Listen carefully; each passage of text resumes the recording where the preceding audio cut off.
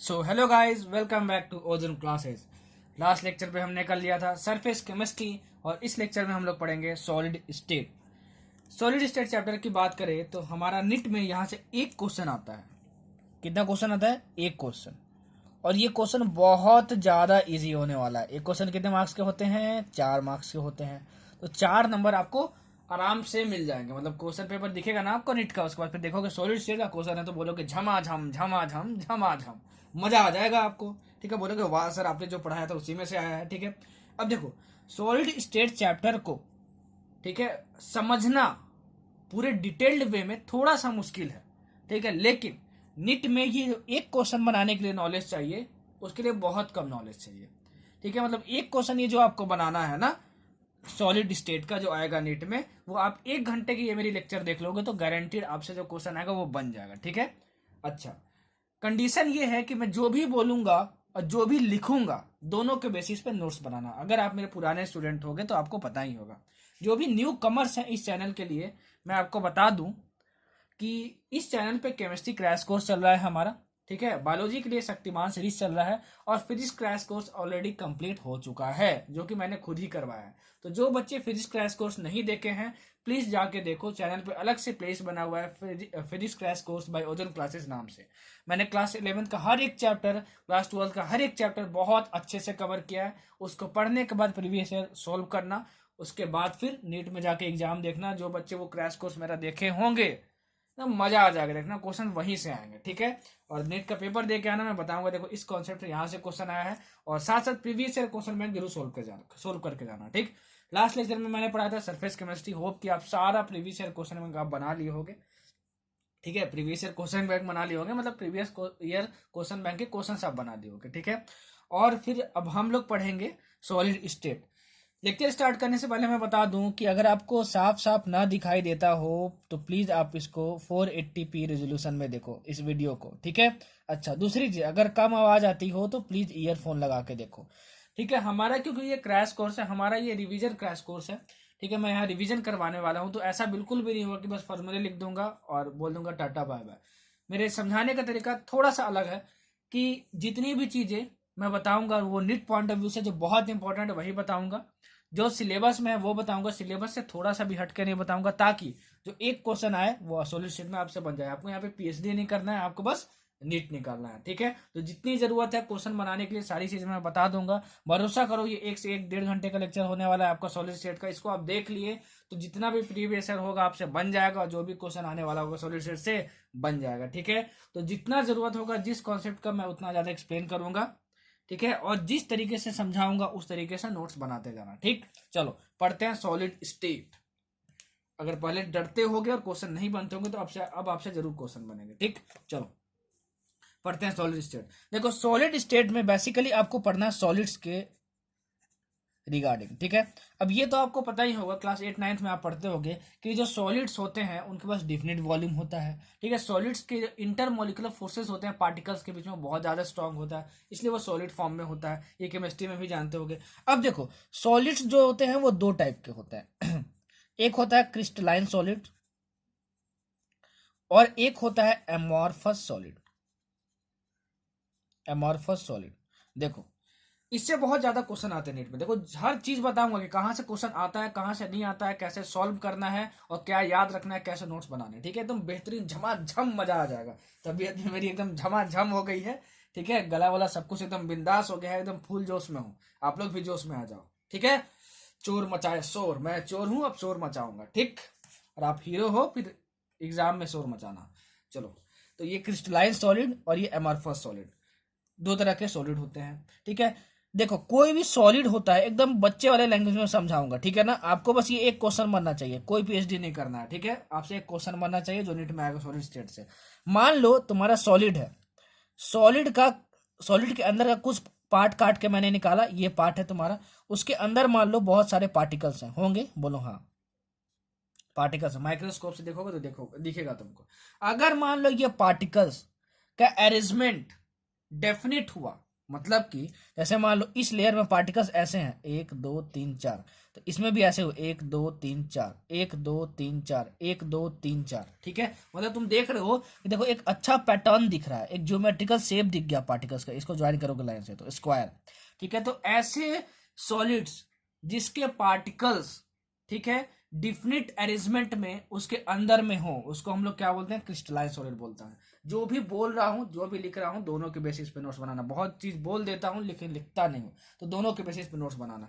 अगर मान लो ऐसे सॉलिड जिसके अंदर में पार्टिकल्स का, उनके एटम्स का डिफिनिट अरेंजमेंट ना हो, तो उसको हम लोग बोलते हैं एमॉर्फस सॉलिड, उसको हम लोग बोलते हैं एमॉर्फस सॉलिड, उसको हम लोग बोलते हैं एमॉर्फस सॉलिड, ठीक है। समझ में आया आपको? इसका मतलब क्या हुआ कि crystalline solids have definite geometrical shape, ठीक है, and amorphous solids have irregular shape. इस पॉइंट को लिख लेना, बहुत ज्यादा पूछता है एग्जाम में, ठीक है, नीट में बहुत पूछता है। चलो अब कॉलम बना लो, इसके डिफरेंस के बारे में समझो।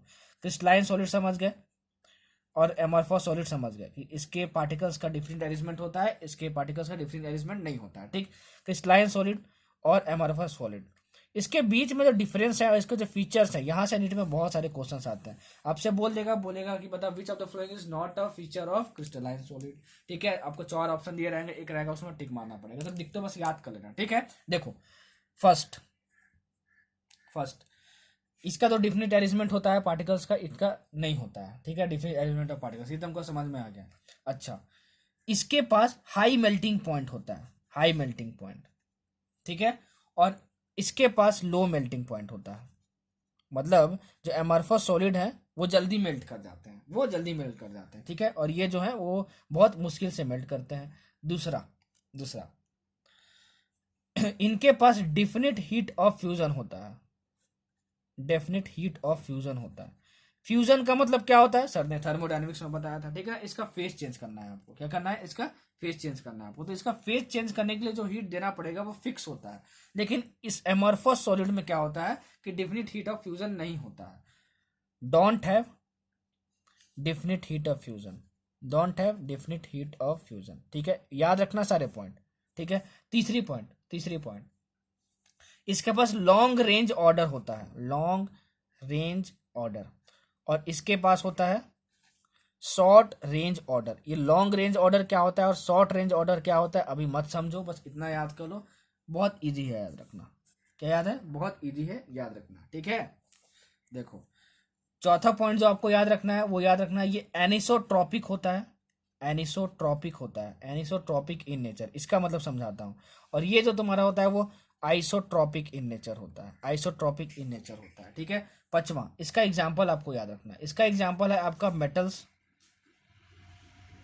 ठीक है, डायमंड, 2 एग्जाम्पल याद करो, ठीक है। और इसका एग्जाम्पल जो तुम्हारा है वो है तुम्हारा रबर एंड प्लास्टिक्स, ये एग्जाम्पल्स है तुम्हारे।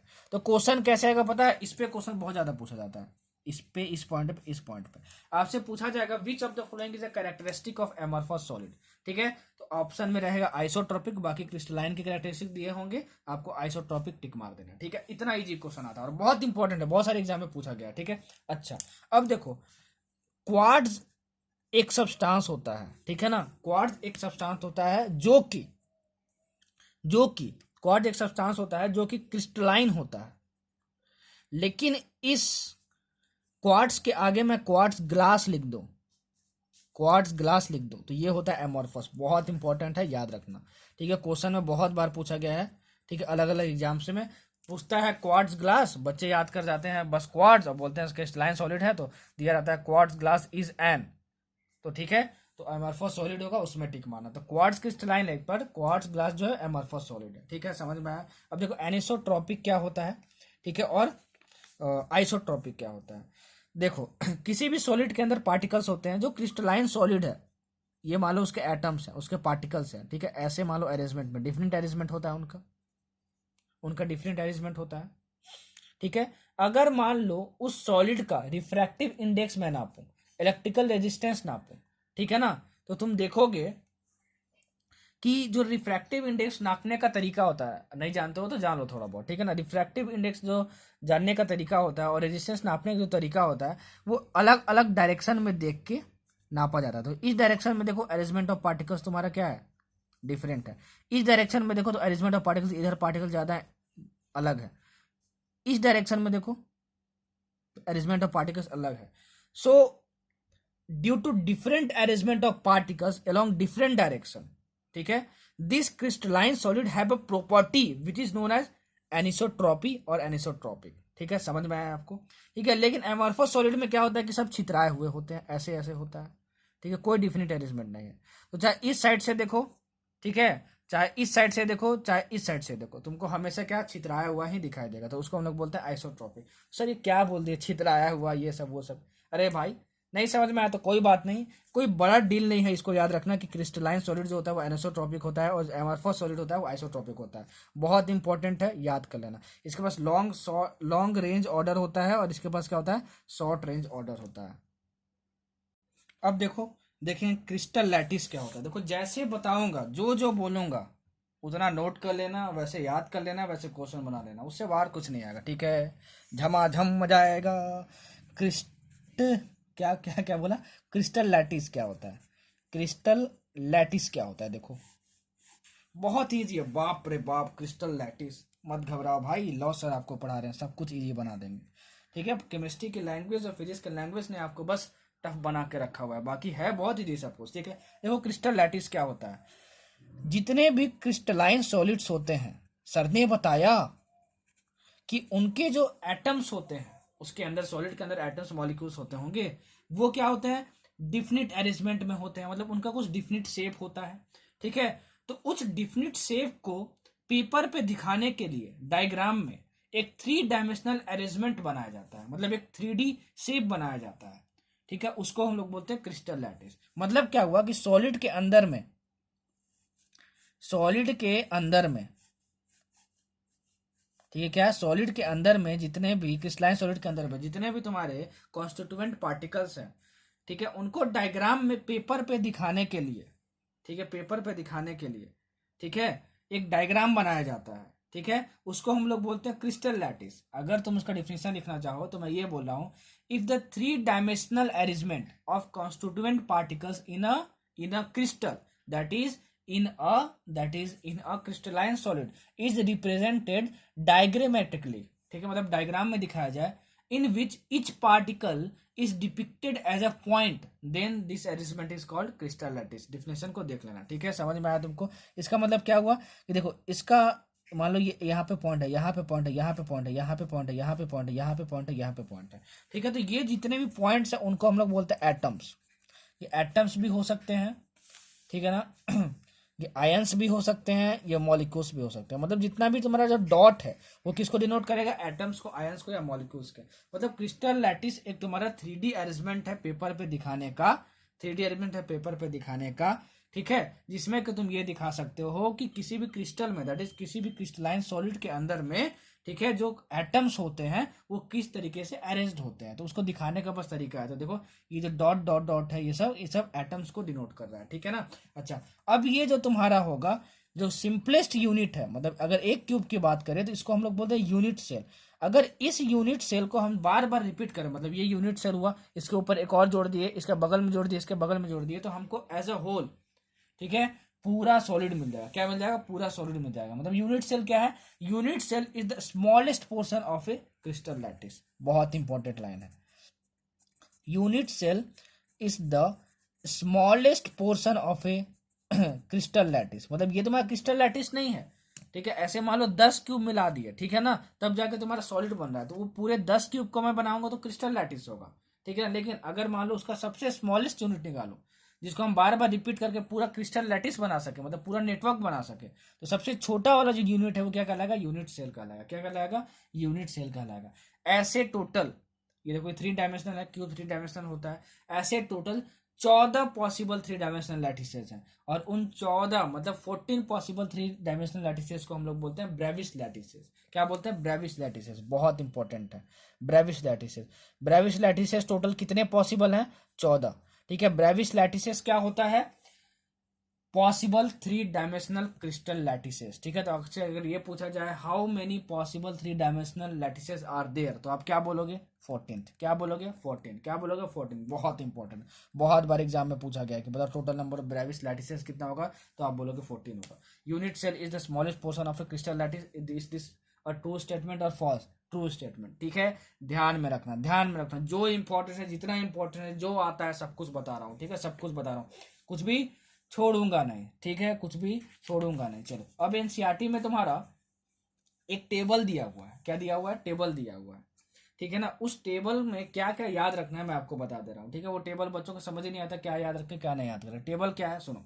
अब ये तो तुम्हारा यूनिट सेल है, वो क्यूबिक भी हो सकता है, क्यूब शेप का भी हो सकता है, टेट्रागोनल शेप का भी हो सकता है, ऑर्थोरोम्बिक शेप का भी हो सकता है, ये हेक्सागोनल शेप का भी हो सकता है। ठीक है, रोम्बोहेड्रल भी हो सकता है, मोनोक्लिनिक भी हो सकता है, ट्राइक्लिनिक भी हो सकता है। सर ये सब क्या बोल दिए? Triclinic, cubic, tetragonal. देखो, जैसे इसका क्यूबिक शेप है ना, वैसे एक बहुत सारे स्ट्रक्चर होते हैं। ठीक है, बहुत सारे शेप्स होते हैं, उन शेप्स का नाम है टेट्रागोनल, ऑर्थोरोम्बिक, हेक्सागोनल, ये सब। तो आपको याद क्या रखना है? देखो, अगर तुम्हारा जो क्रिस्टल सिस्टम हुआ, क्रिस्टल सिस्टम, ठीक है, अगर मान लो क्यूबिक हुआ, ठीक है, अगर क्यूबिक हुआ,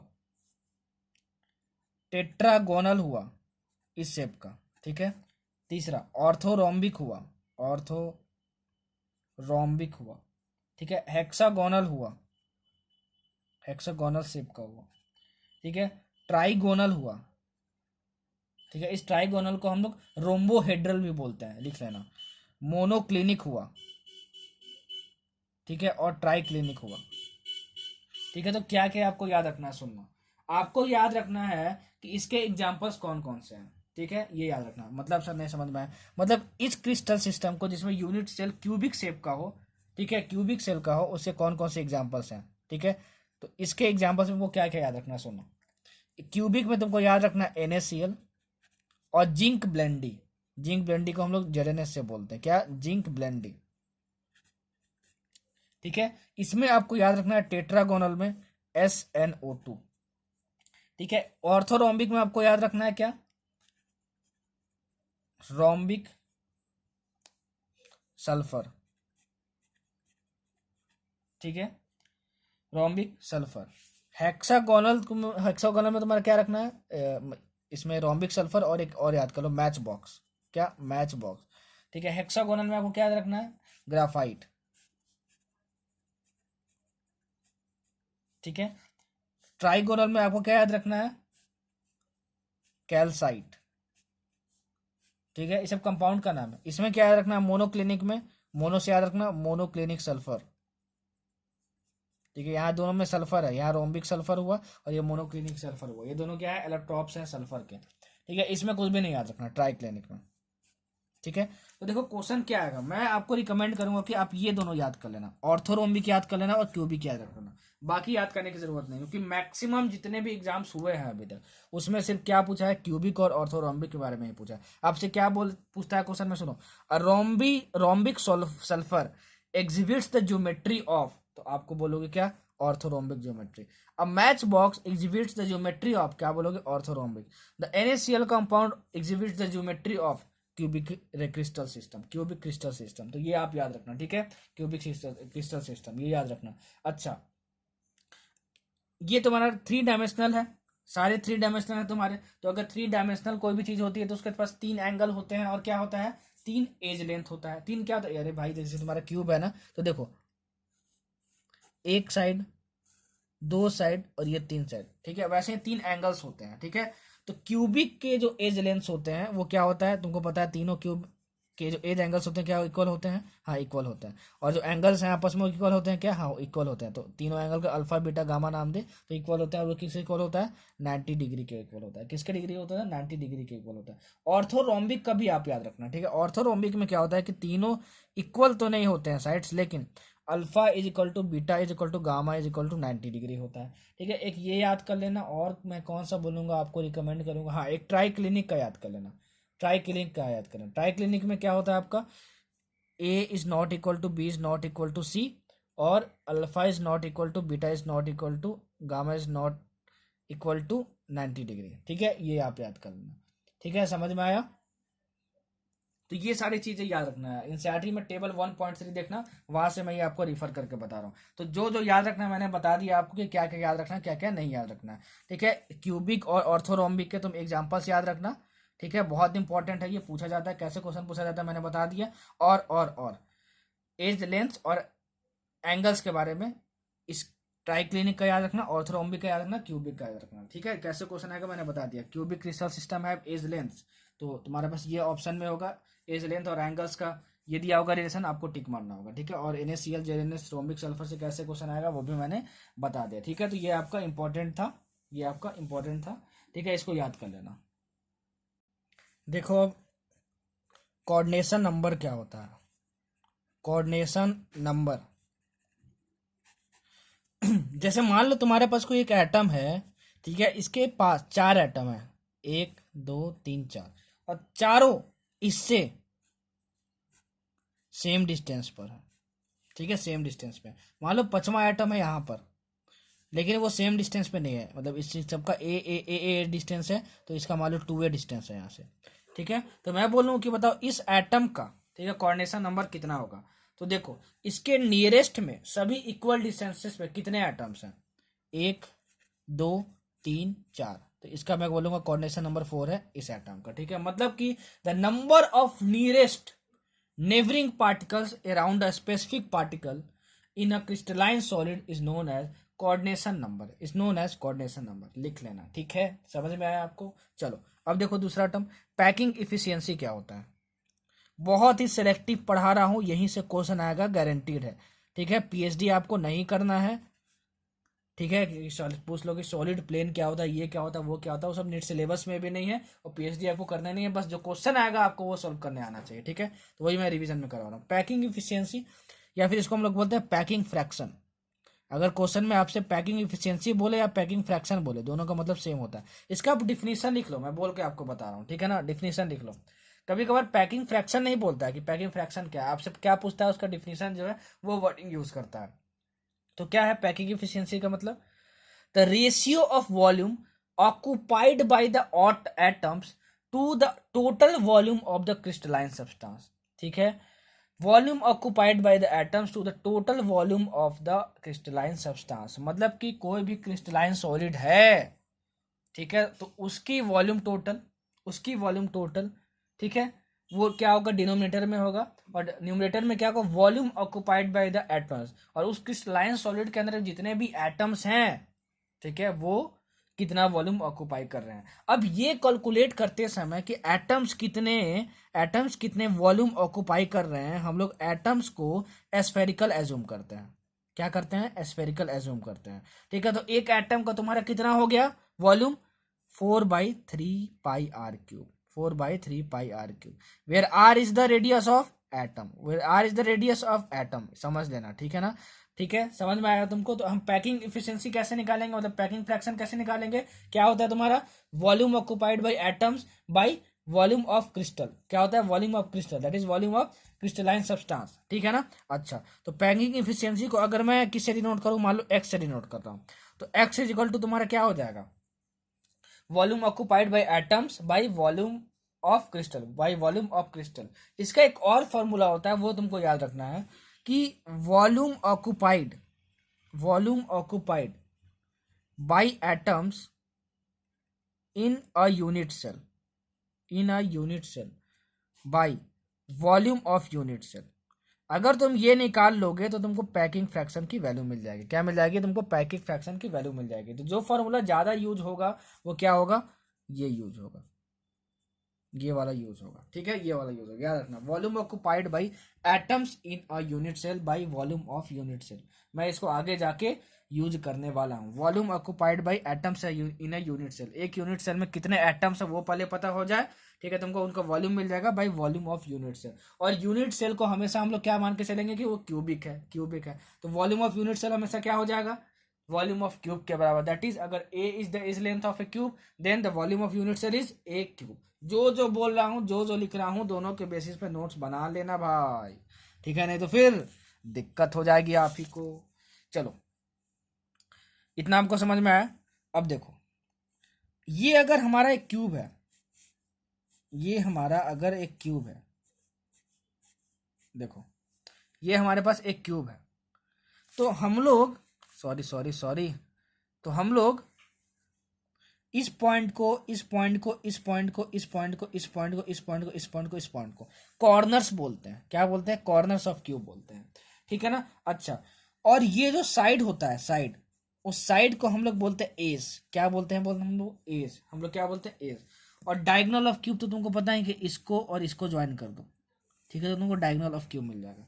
अगर अगर अगर इस क्यूब का जो साइड है ए है, तो एक क्यूब के सारे साइड सेम होते हैं, साइड में मतलब सबके एज सेम होते हैं। मतलब अगर तुमको क्वेश्चन में साइड की वैल्यू दी हुई है, साइड ऑफ क्यूब दी हुई है तुम्हारे पास, ठीक है, साइड ऑफ क्यूब मतलब क्यूब हम किसको माने, यूनिट सेल को माने, ए दिया हुआ है, या फिर इस साइड को बोलते हैं edge length, edge length of cube दिया हुआ है, मतलब तुमको ए की वैल्यू गिवन है तुमको, ठीक है। तो जो डायगोनल ऑफ क्यूब होता है, जो डायगोनल ऑफ क्यूब होता है उसका जो लेंथ होता है, मतलब क्यूब का जो डायगोनल होता है उसका लेंथ होता है, वो होता है √3 × ए, √3 × ए, ठीक है। अब देखो क्यूब के पास 6 फेस होते हैं, 1 2 3 4 5 और ये 6 फेस होते हैं। देखो एक फेस को मैं निकाल रहा हूं ऐसे, ठीक है, तो इसका साइड है, इसका साइड है, इसका साइड है, इसका साइड है, सबका साइड जो होता है वो बराबर होता है। तो ये लेंथ कितना होगा जरा बताना, तो ये होगा √2a बाई पाइथागोरस थ्योरम, क्योंकि ये आपका 90 डिग्री है, ठीक है। तो डायगोनल ऑफ क्यूब तो तुम्हारा क्या होगा, √3a होगा, लेकिन diagonal of face, diagonal of face क्या होगा तुम्हारा, √2a होगा। याद रखना, बहुत इंपॉर्टेंट है, बहुत इंपॉर्टेंट है, ठीक है। अच्छा, अब देखो एक यूनिट सेल को तो हम लोग ऐसा बनाएंगे, ठीक है, इसके पास में और बहुत सारे यूनिट सेल्स होंगे, और बहुत सारे यूनिट सेल का कॉम्बिनेशन क्या कहलाता है, क्रिस्टल लैटिस कहलाता है, सर ने बताया था। अगर मान लो कि जितने भी डॉट डॉट डॉट हैं, अगर मैं पूछूं कि वो बताओ किस चीज को डिनोट कर रहे हैं, तो आप बोलोगे सर आपने बताया है, ये किसको डिनोट कर रहे हैं, ये डिनोट कर रहे हैं एटम्स को, आयंस को, या मॉलिक्यूल्स को, किसी एक चीज को। अगर ये एटम है तो ये भी एटम, ये भी एटम, ये भी एटम, ये भी एटम, एटम, ये भी एटम, ये भी एटम। तो अगर मैं एक यूनिट सेल की बात करूं तो सर ये जो एटम है, एक एटम की बात करूं तो स्फेरिकल होगा। तो ये पूरा एक एटम जो यहाँ पर है सर, वो अगर स्फेरिकल है तो सर यहाँ पे भी रखा हुआ है एक क्यूब, यहाँ पे भी रखा हुआ है क्यूब। तो ये जो स्फीयर है, कुछ बाहर निकला है, कुछ अंदर निकला है, तो कुछ पार्ट तो इस क्यूब को भी टच करेगा, जो यहाँ रखेंगे हम लोग, इसको भी करेगा, जो ऊपर रखेंगे इसको भी करेगा, इसको भी करेगा, इसको भी करेगा। तो सर मेरे को ये बताइए, सर मेरे को ये बताइए कि अगर मुझे निकालना हो कि इफेक्टिवली एक यूनिट सेल में, इफेक्टिवली एक यूनिट सेल में कितने नंबर ऑफ एटम्स होंगे, तो हम कैसे निकालेंगे। तो उसके लिए 3 पॉइंट आप याद रखना 3 पॉइंट आप याद रखना कि जो भी एटम कॉर्नर पर होगा, जो भी एटम फेस पर होगा, फेस पे मतलब यहाँ पे, ये तुम्हारा फेस है ना, ये तुम्हारा फेस है ना, तो इसके फेस के सेंटर पे, ठीक है ना, फेस के सेंटर पे, और जो भी तुम्हारा एज पर होगा,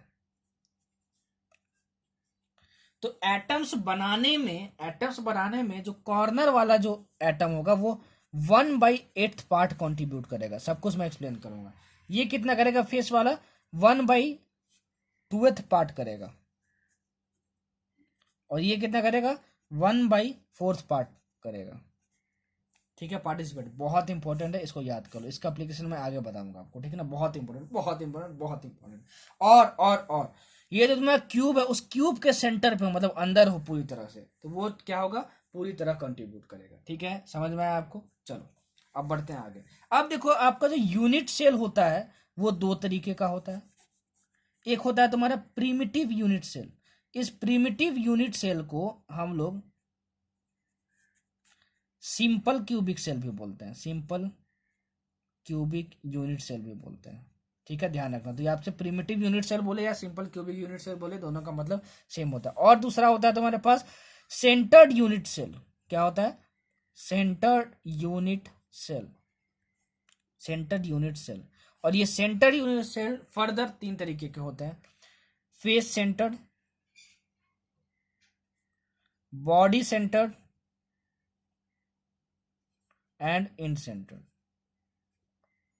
बहुत इंपॉर्टेंट है अब जो आपको बताने वाला हूं। अगर सॉलिड स्टेट से क्वेश्चन आता है तो ये जो यूनिट सेल का अभी जो इसके बारे में पूरा बताने वाला हूं कि 90% चांस है, हाँ 90% चांस है कि यहाँ से क्वेश्चन आएगा, ठीक है। बाद में आगे जाके आप स्कॉट की डिफेक्ट, फ्रेंकल डिफेक्ट पढ़ोगे, 10% चांस होता है कि वहां से क्वेश्चन आएगा, ठीक है। तो जो मैं अभी आपको पढ़ाने जा रहा हूँ, ठीक है, बहुत इंपॉर्टेंट है ये टॉपिक, ध्यान से सुनना, ठीक है। जो जो पढ़ाऊंगा, जो जो बोलूंगा, कुछ भी स्किप मत करना, सब कुछ नोट कर लेना, ठीक।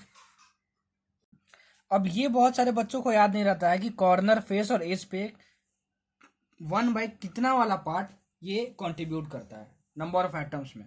तो मैं कैसे याद करता था, सुनो मैं अपना टेक्निक बता रहा हूँ, ठीक है। 1 1 1 तो सबके ऊपर में, बाई में क्या लिखना है, 8 लिखना है, 2 लिखना है और 4 लिखना है, ठीक है। तो देखो कॉर्न से मक्का, अब इसको जो भी बोलते हो, मक्का बोलते हो, भुट्टा बोलते हो, मकई बोलते हो, जो भी बोलते हो, मकई इज माई फेवरेट वर्ड। ठीक है, बहुत मस्त लगता है मुझे मकई बोलने में, आप लोग मक्का बोलते हो उसको। तो यार मैं ट्रेन में एक बार मक्का खाया था, मतलब मकई खाया था, तो एक मक्का मुझे 8 रुपए का दिया था। कितना रुपए का दिया था? 8 रुपए का दिया था। तो मुझे याद हो गया था कि जो कॉर्नर पे जो भी होगा वो क्या होगा, 1/8 पार्ट नंबर ऑफ आइटम्स में कॉन्ट्रीब्यूट करेगा। फेस में क्या याद किया था कि फेस से एफ वॉज से मैं याद किया था फर्स्ट। फर्स्ट, ठीक है। तो एक लड़का था, ठीक है, मेरे क्लास में, ठीक है, वो हमेशा फर्स्ट आना चाहता था अपने क्लास में, लेकिन हमेशा सेकंड आ जाता था। और फर्स्ट कौन आता था? आपके सर, लव सर, ठीक है, फर्स्ट में आ जाता था। तो ये मैं फर्स्ट आता था, और जो मेरा दूसरा दोस्त था, ठीक है, वो बार बार फर्स्ट आने की कोशिश करता था लेकिन सेकंड आ जाता था। तो यहाँ पे 2 हो गया, ठीक है, एफ से। ठीक है, और एज में कैसे याद करता था? देखो एज में कितना वर्ड है, 1 2 3 4, ठीक है, तो यहाँ से 4 वर्ड है इसमें, तो ये 1/4 पार्ट करेगा। तो इसमें भी 4 वर्ड है, लेकिन यहाँ पे एफ वर्ड जो है, ठीक है, एफ जो वर्ड है तुम्हारा, ठीक है, एफ अल्फाबेट जो है तुम्हारा, वो क्या होगा, वो एफ से फर्स्ट याद किया था, और फर्स्ट है तो मतलब दूसरा दोस्त मेरा वो सेकंड आता था हमेशा, और यहाँ पे सेकंड याद किया था। तो इस टेक्निक को भी आप अपना सकते हो। ठीक है, अब चलो लाइन बाय लाइन सब कुछ देखते हैं। ठीक है, और जो जो बताऊंगा, जैसे जैसे बताऊंगा, सब कुछ देखते जाना, बहुत इंपॉर्टेंट है। ठीक, चलो सबसे पहले हम लोग देखेंगे फर्स्ट हम लोग देखते हैं प्रिमिटिव यूनिट सेल। ये प्रिमिटिव यूनिट सेल, ठीक है, इस प्रिमिटिव यूनिट सेल को हम लोग क्या बोलते हैं? Simple cubic unit cell, simple cubic unit cell ये भी बोलते हैं हम लोग। ठीक है, ये जो मैंने लिखा है इसमें आपको क्या क्या याद रखना है। देखो आपका जो क्यूब होगा ना, क्यूब, इसमें सब पे एटम्स होंगे इस तरीके से, primitive simple cubic unit cell में, मतलब जितने भी कॉर्नर्स हैं सब पे एटम्स होते हैं। ठीक है, ये तुम याद रखना। और ये जो दोनों एटम्स हैं, ये दोनों जो एटम्स हैं एडजेसेंट वाले, एक दूसरे को टच करते हैं इस तरीके से, देखो इस तरीके से। तो एक एटम को अगर मैं स्फेरिकल मान लूं तो उसका रेडियस ये आर होगा, और इसका रेडियस भी ये आर होगा। ठीक है ना, तो ये आर प्लस आर जो है, मतलब जो 2r है, वो किसके इक्वल हो जाता है? एज लेंथ के इक्वल हो जाता है, मतलब इसके इक्वल हो जाता है। ठीक है, देखो ये मैं डायग्राम में दिखाया हूं कि दोनों अलग अलग है यहाँ पे, लेकिन एक्चुअली में क्या होता है कि ये जो दोनों होते हैं एक दूसरे को टच कर रहे होते हैं, किसमें? प्रिमिटिव यूनिट सेल में। तो ए इज इक्वल टू 2r होगा, तो यहाँ से तुम्हारा क्या आया? r is equal to a/2 आ गया। तो इस रिलेशन को याद रखना, a is equal to r/2। A क्या है तुम्हारा? एज लेंथ है, आर है तुम्हारा क्या? Radius of atom. ठीक है, यहाँ से बहुत सारे क्वेश्चंस पूछे जाते हैं, बहुत सारे क्वेश्चन पूछे जाते हैं। आपसे क्वेश्चन क्या पूछेगा कि in a simple cubic unit cell if the edge length is this, what is the radius of atom? तो बस आपको ये लगाना होगा, फिर देखो कैलकुलेशन वाला पार्ट है। ठीक है, ए दिया रहेगा, आर निकालना होगा, मतलब 2 से मल्टीप्लाई करना होगा बस आपको। ठीक है, तो आप निकाल लोगे। अच्छा, दूसरी चीज क्या पूछी जाती है कि बताओ number of atoms in 1 unit cell. ये तो पहली चीज हुई, number of atoms in 1 unit cell. Number of atoms in 1 unit cell मतलब पर यूनिट सेल, एक यूनिट सेल में कितने एटम्स है, प्रिमिटिव की बात अगर हम कर रहे हैं तो सर ने बताया था कि अगर कॉर्नर पे एटम्स हो तो वो 1/8 पार्ट, मक्का जो है 8 रुपए का सर को ट्रेन में मिला था, 1/8 पार्ट कंट्रीब्यूट करता है एटम्स के टूवर्ड्स। ठीक है, तो एक एटम कितना करेगा? 1/8 करेगा। तो यहाँ कितने कॉर्नर्स हैं, कितने एटम्स हैं? 1 2 3 4 5 6 7 8 इंटू 8। तो ये तुम्हारा क्या आएगा? नंबर ऑफ एटम्स आएगा, याद रखना। मतलब number of atoms per unit cell in a primitive unit cell is कितना? 1। इस कितना? 1। याद रखना, बहुत इंपॉर्टेंट है, बहुत इंपॉर्टेंट है, बहुत इंपॉर्टेंट है। ठीक है, समझ में आया? ठीक है, तीसरी चीज, ये तो दूसरी चीज हो गई। ठीक है, तीसरी चीज आपको क्या याद रखनी है? पैकिंग इफिशियंसी की वैल्यू। पैकिंग इफिशियंसी की value, packing efficiency in case of simple cubic unit cell, primitive unit cell is 52.4%। 52.4%, बहुत इंपॉर्टेंट, बहुत इंपॉर्टेंट, बहुत इंपॉर्टेंट। ठीक है, याद कर लेना। ठीक है, ये क्या है? पैकिंग इफिशियंसी की वैल्यू है, मतलब कि तुम्हारा जो एटम्स हैं, ठीक है, वो कितना वॉल्यूम ऑक्यूपाई कर रहे हैं एक क्रिस्टलाइन सॉलिड में, वो है ये। ठीक है, कितना ऑक्यूपाई कर रहे हैं। बहुत बार एग्जाम में पूछा जाता है कि बताओ वैकेंट स्पेस कितना है। वैकेंट वर्ड को हम लोग वॉइड भी बोलते हैं, क्या बोलते हैं? वॉइड भी बोलते हैं। वैकेंट स्पेस या वाइड स्पेस कितना होगा उस सॉलिड में, तो हम लोग क्या करेंगे 100 को इससे माइनस कर देंगे, मतलब 100 माइनस 52.4, तो ये क्या मिल जाएगा, वैकेंट स्पेस मिल जाएगा। तो याद रखना पैकिंग एफिशिएंसी की वैल्यू जो होती है वो क्या देती है, वॉल्यूम ऑफ एटम्स, ठीक है, जो ऑक्यूपाई कर रहा है स्पेस को, ठीक है, स्पेस कितना ऑक्यूपाई हो रहा है 52.4%, वो कौन ऑक्यूपाई कर रहा है, एटम्स कर रहा है। तो अगर इतना ऑक्यूपाई हो रहा है और कोई भी चीज 100% होता है तो खाली चीज कितना बच रहा है, मतलब वैकेंट चीज कितना बच रहा है 100 माइनस 52.4। तो मैक्सिमम आपसे जो पूछा जाएगा यही पूछा जाता है वैकेंट स्पेस कितना है। तो आप पैकिंग एफिशिएंसी बस याद रखो, वैकेंट स्पेस 100 से माइनस करके निकाल लेना। तो ध्यान देना क्या पूछा है एग्जाम में, क्या पूछा है एग्जाम में, जो पूछेगा जैसे पूछेगा सब कुछ मैं आपको बता रहा हूँ, ठीक है, जो जो क्वेश्चन आता है। सेकेंड, सेंटर्ड यूनिट सेल में आपको 3 पढ़ना है, face centre, body, and centre, सबको लाइन बाय लाइन देखते हैं। फेस सेंटर, ठीक है, इसको देखते हैं फेस सेंटर। चलो face centre, face centre, body centre, and centre, ठीक है। फेस सेंटर, फेस सेंटर से पहले चलो देखते हैं body centre. Body centre cubic unit cell, ठीक है, इसका मतलब क्या हुआ कि यूनिट सेल है और वो कैसे शेप का है, क्यूब शेप का है। और बॉडी सेंटर, बॉडी सेंटर मतलब क्या, इसको हम लोग शॉर्ट में बीसीसी बोलते हैं। क्या बोलते हैं, बीसीसी बोलते हैं। अगर आपको बीसीसी स्ट्रक्चर जैसे ही पूरे क्वेश्चन में तो ये वर्ड यूज किया, क्या समझ जाना कि body centred cubic unit cell की बात हो रही है। इसमें क्या होता है, देखो इसमें क्यूब तो होता ही है और एटम्स जो होते हैं वो हर कॉर्नर पे तो होते ही हैं, ठीक है, और बॉडी के सेंटर पे होता है। बॉडी के सेंटर पे मतलब इस बॉडी के सेंटर पे होता है, ये फेस पे नहीं है, बॉडी के सेंटर पे है, ठीक है ना, बॉडी के सेंटर पे। जैसे मान लो ये तुम्हारा क्यूब है ना, तो ये अंदर में है, पूरा अंदर में है, ठीक है, वो है तुम्हारा बॉडी सेंटर का मतलब, ठीक है। तो जो अंदर में होता है वो सर ने बताया था कि पूरी तरीके से वो क्या करता है, पूरी तरीके से क्या करता है, नंबर ऑफ एटम्स में कंट्रीब्यूट करता है, ठीक है। और बाकी जो कॉर्नर्स पे वो कितना कंट्रीब्यूट करता है, 1/8 पार्ट कॉर्नर्स पे। तो कॉर्नर्स पे 1/8 पार्ट करता है एक एटम, ठीक है। तो कितने हैं, 1 2 3 4 5 6 7 8 इंटू 8, प्लस जो बॉडी सेंटर पे होता है वो हमेशा फुल फुल कंट्रीब्यूशन देता है, मतलब कि +1, ये कैंसिल हो गया, मतलब 2, मतलब 2 atoms per unit cell, 2 atoms per unit cell, 2 atoms per unit cell, ठीक है। किस में होता है, body centred, body centred cubic unit cell में, body centred cubic unit cell में, याद रखना बहुत ज्यादा इंपॉर्टेंट है, ठीक है। अच्छा सर, ये जो आर और ए और आर का रिलेशन बताए थे वो इसमें क्या होता है, जरा आप बता दीजिए। तो सर तो सुनो, इसमें क्या होता है कि body centred cubic unit cell में ये जो दोनों एटम्स होते हैं वो टच नहीं कर रहे होते हैं, वो टच नहीं कर रहे होते हैं। इसमें क्या टच कर रहे होते हैं, ये वाला और ये वाला, ठीक है ना, बॉडी ये वाला, मतलब ये वाला और ये वाला टच करता है ऐसे करके, मतलब ये ऐसे टच होता है।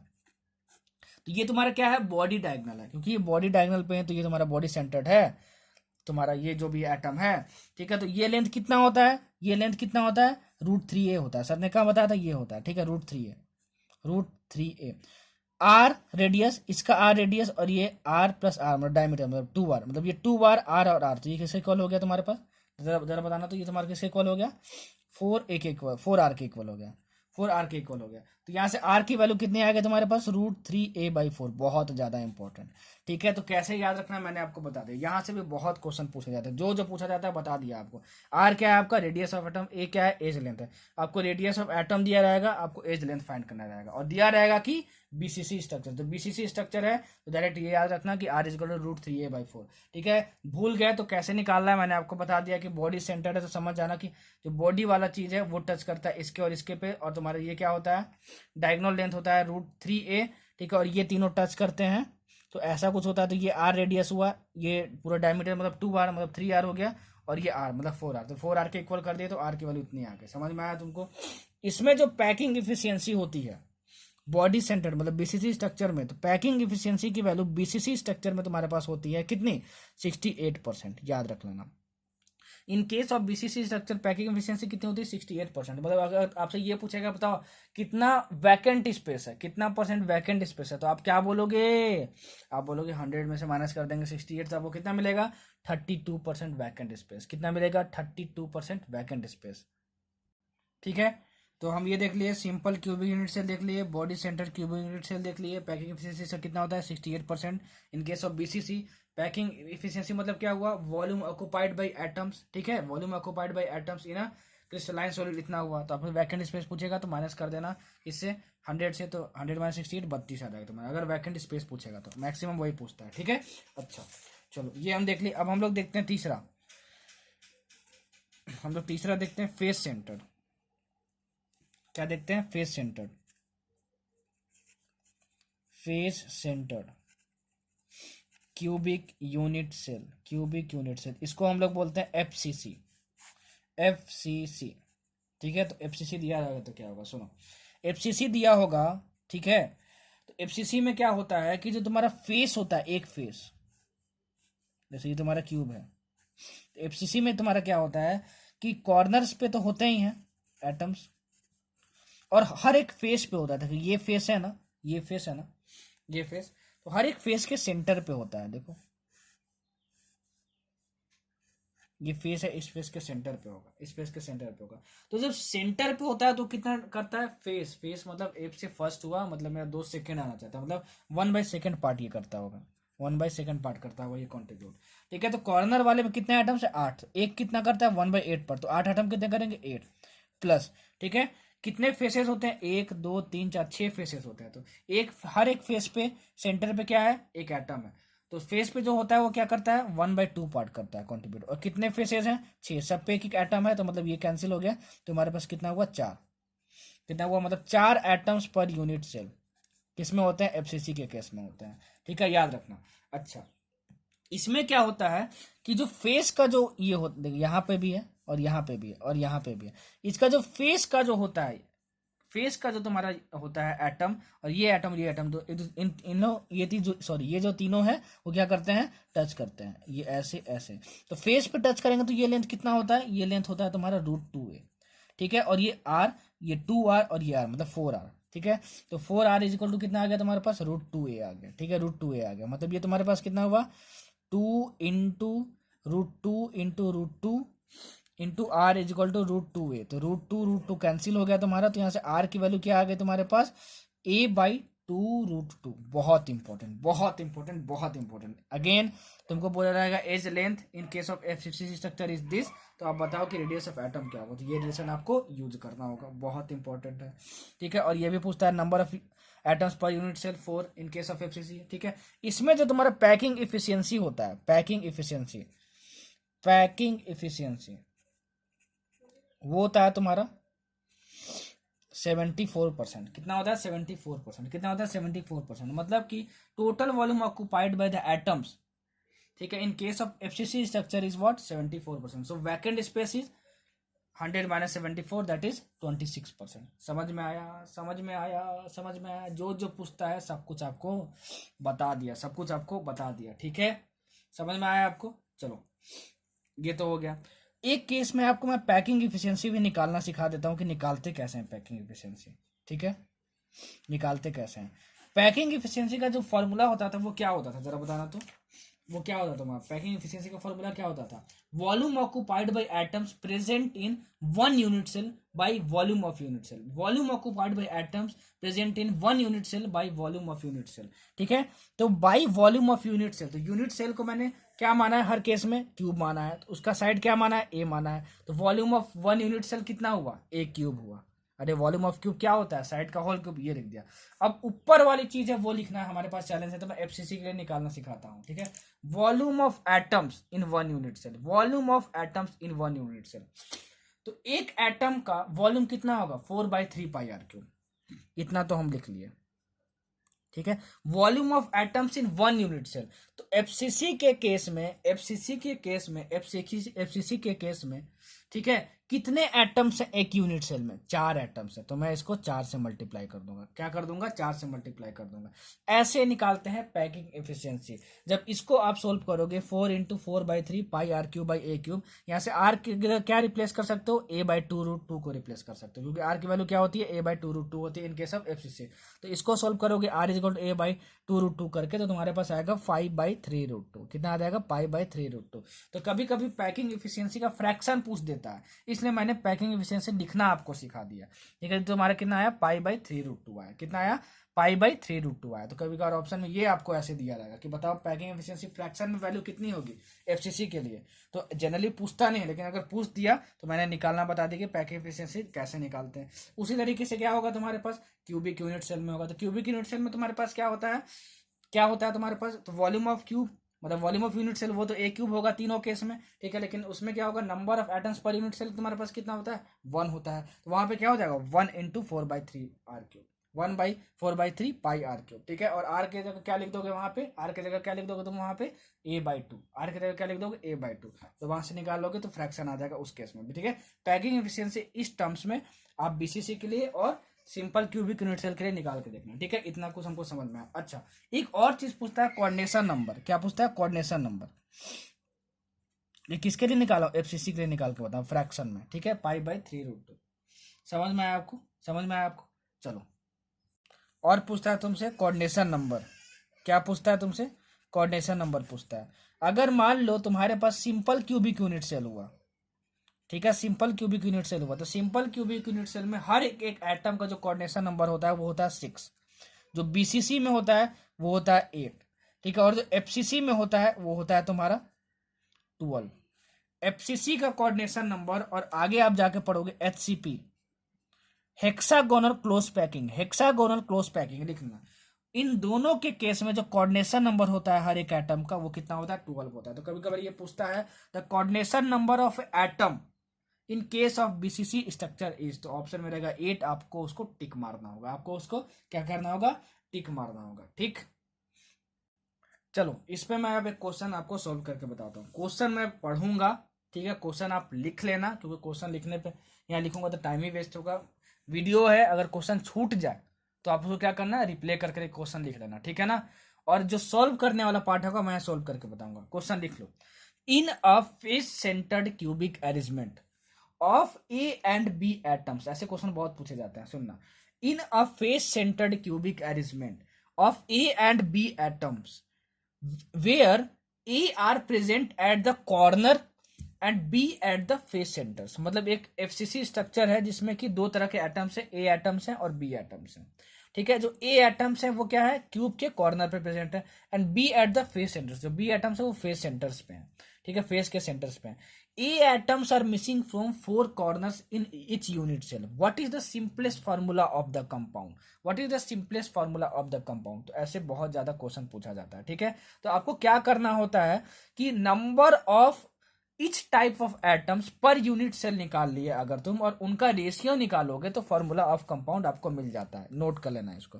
अगर तुम number of each type of atoms per unit cell तुम अगर निकाल लिए, ठीक है, और उनका रेशियो ले लिए, तो आपको क्या मिल जाएगा, फॉर्मूला ऑफ कंपाउंड मिल जाएगा, ठीक है। क्या मिल जाएगा, फॉर्मूला ऑफ कंपाउंड मिल जाएगा। लिख लेना जो बोल रहा हूं, ठीक है।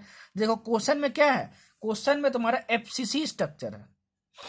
क्या है, एफसीसी स्ट्रक्चर। एफसीसी स्ट्रक्चर है, इसका मतलब समझ में आया कि फेस पे भी तुम्हारे क्यूब्स होंगे और क्या होंगे तुम्हारे कॉर्नर्स पे भी होंगे।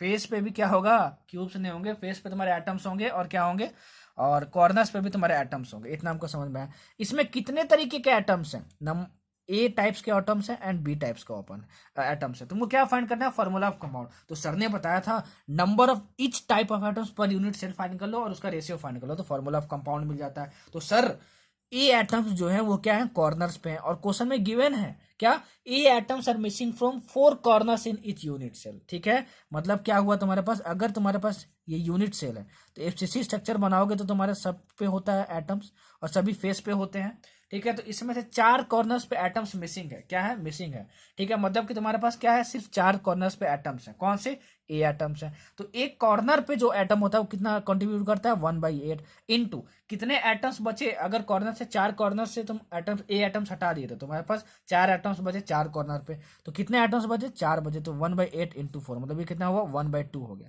तो मतलब एक यूनिट सेल में 1/2 एटम्स ए के हो गए।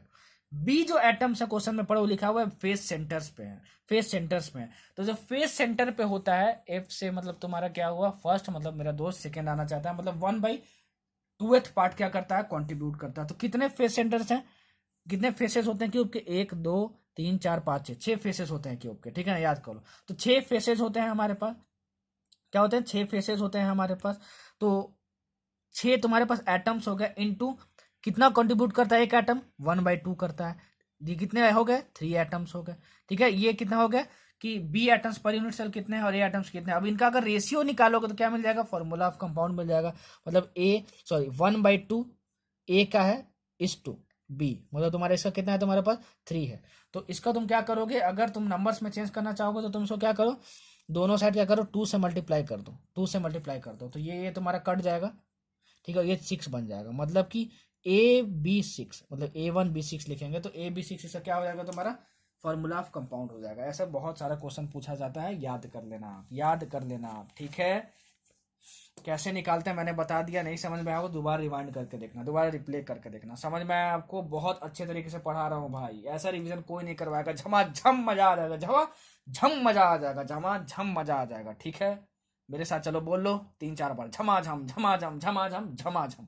बीच बीच में अपने आप को थोड़ा पुश किया करो, ठीक है ना, ताकि मजा आए पढ़ने में भी।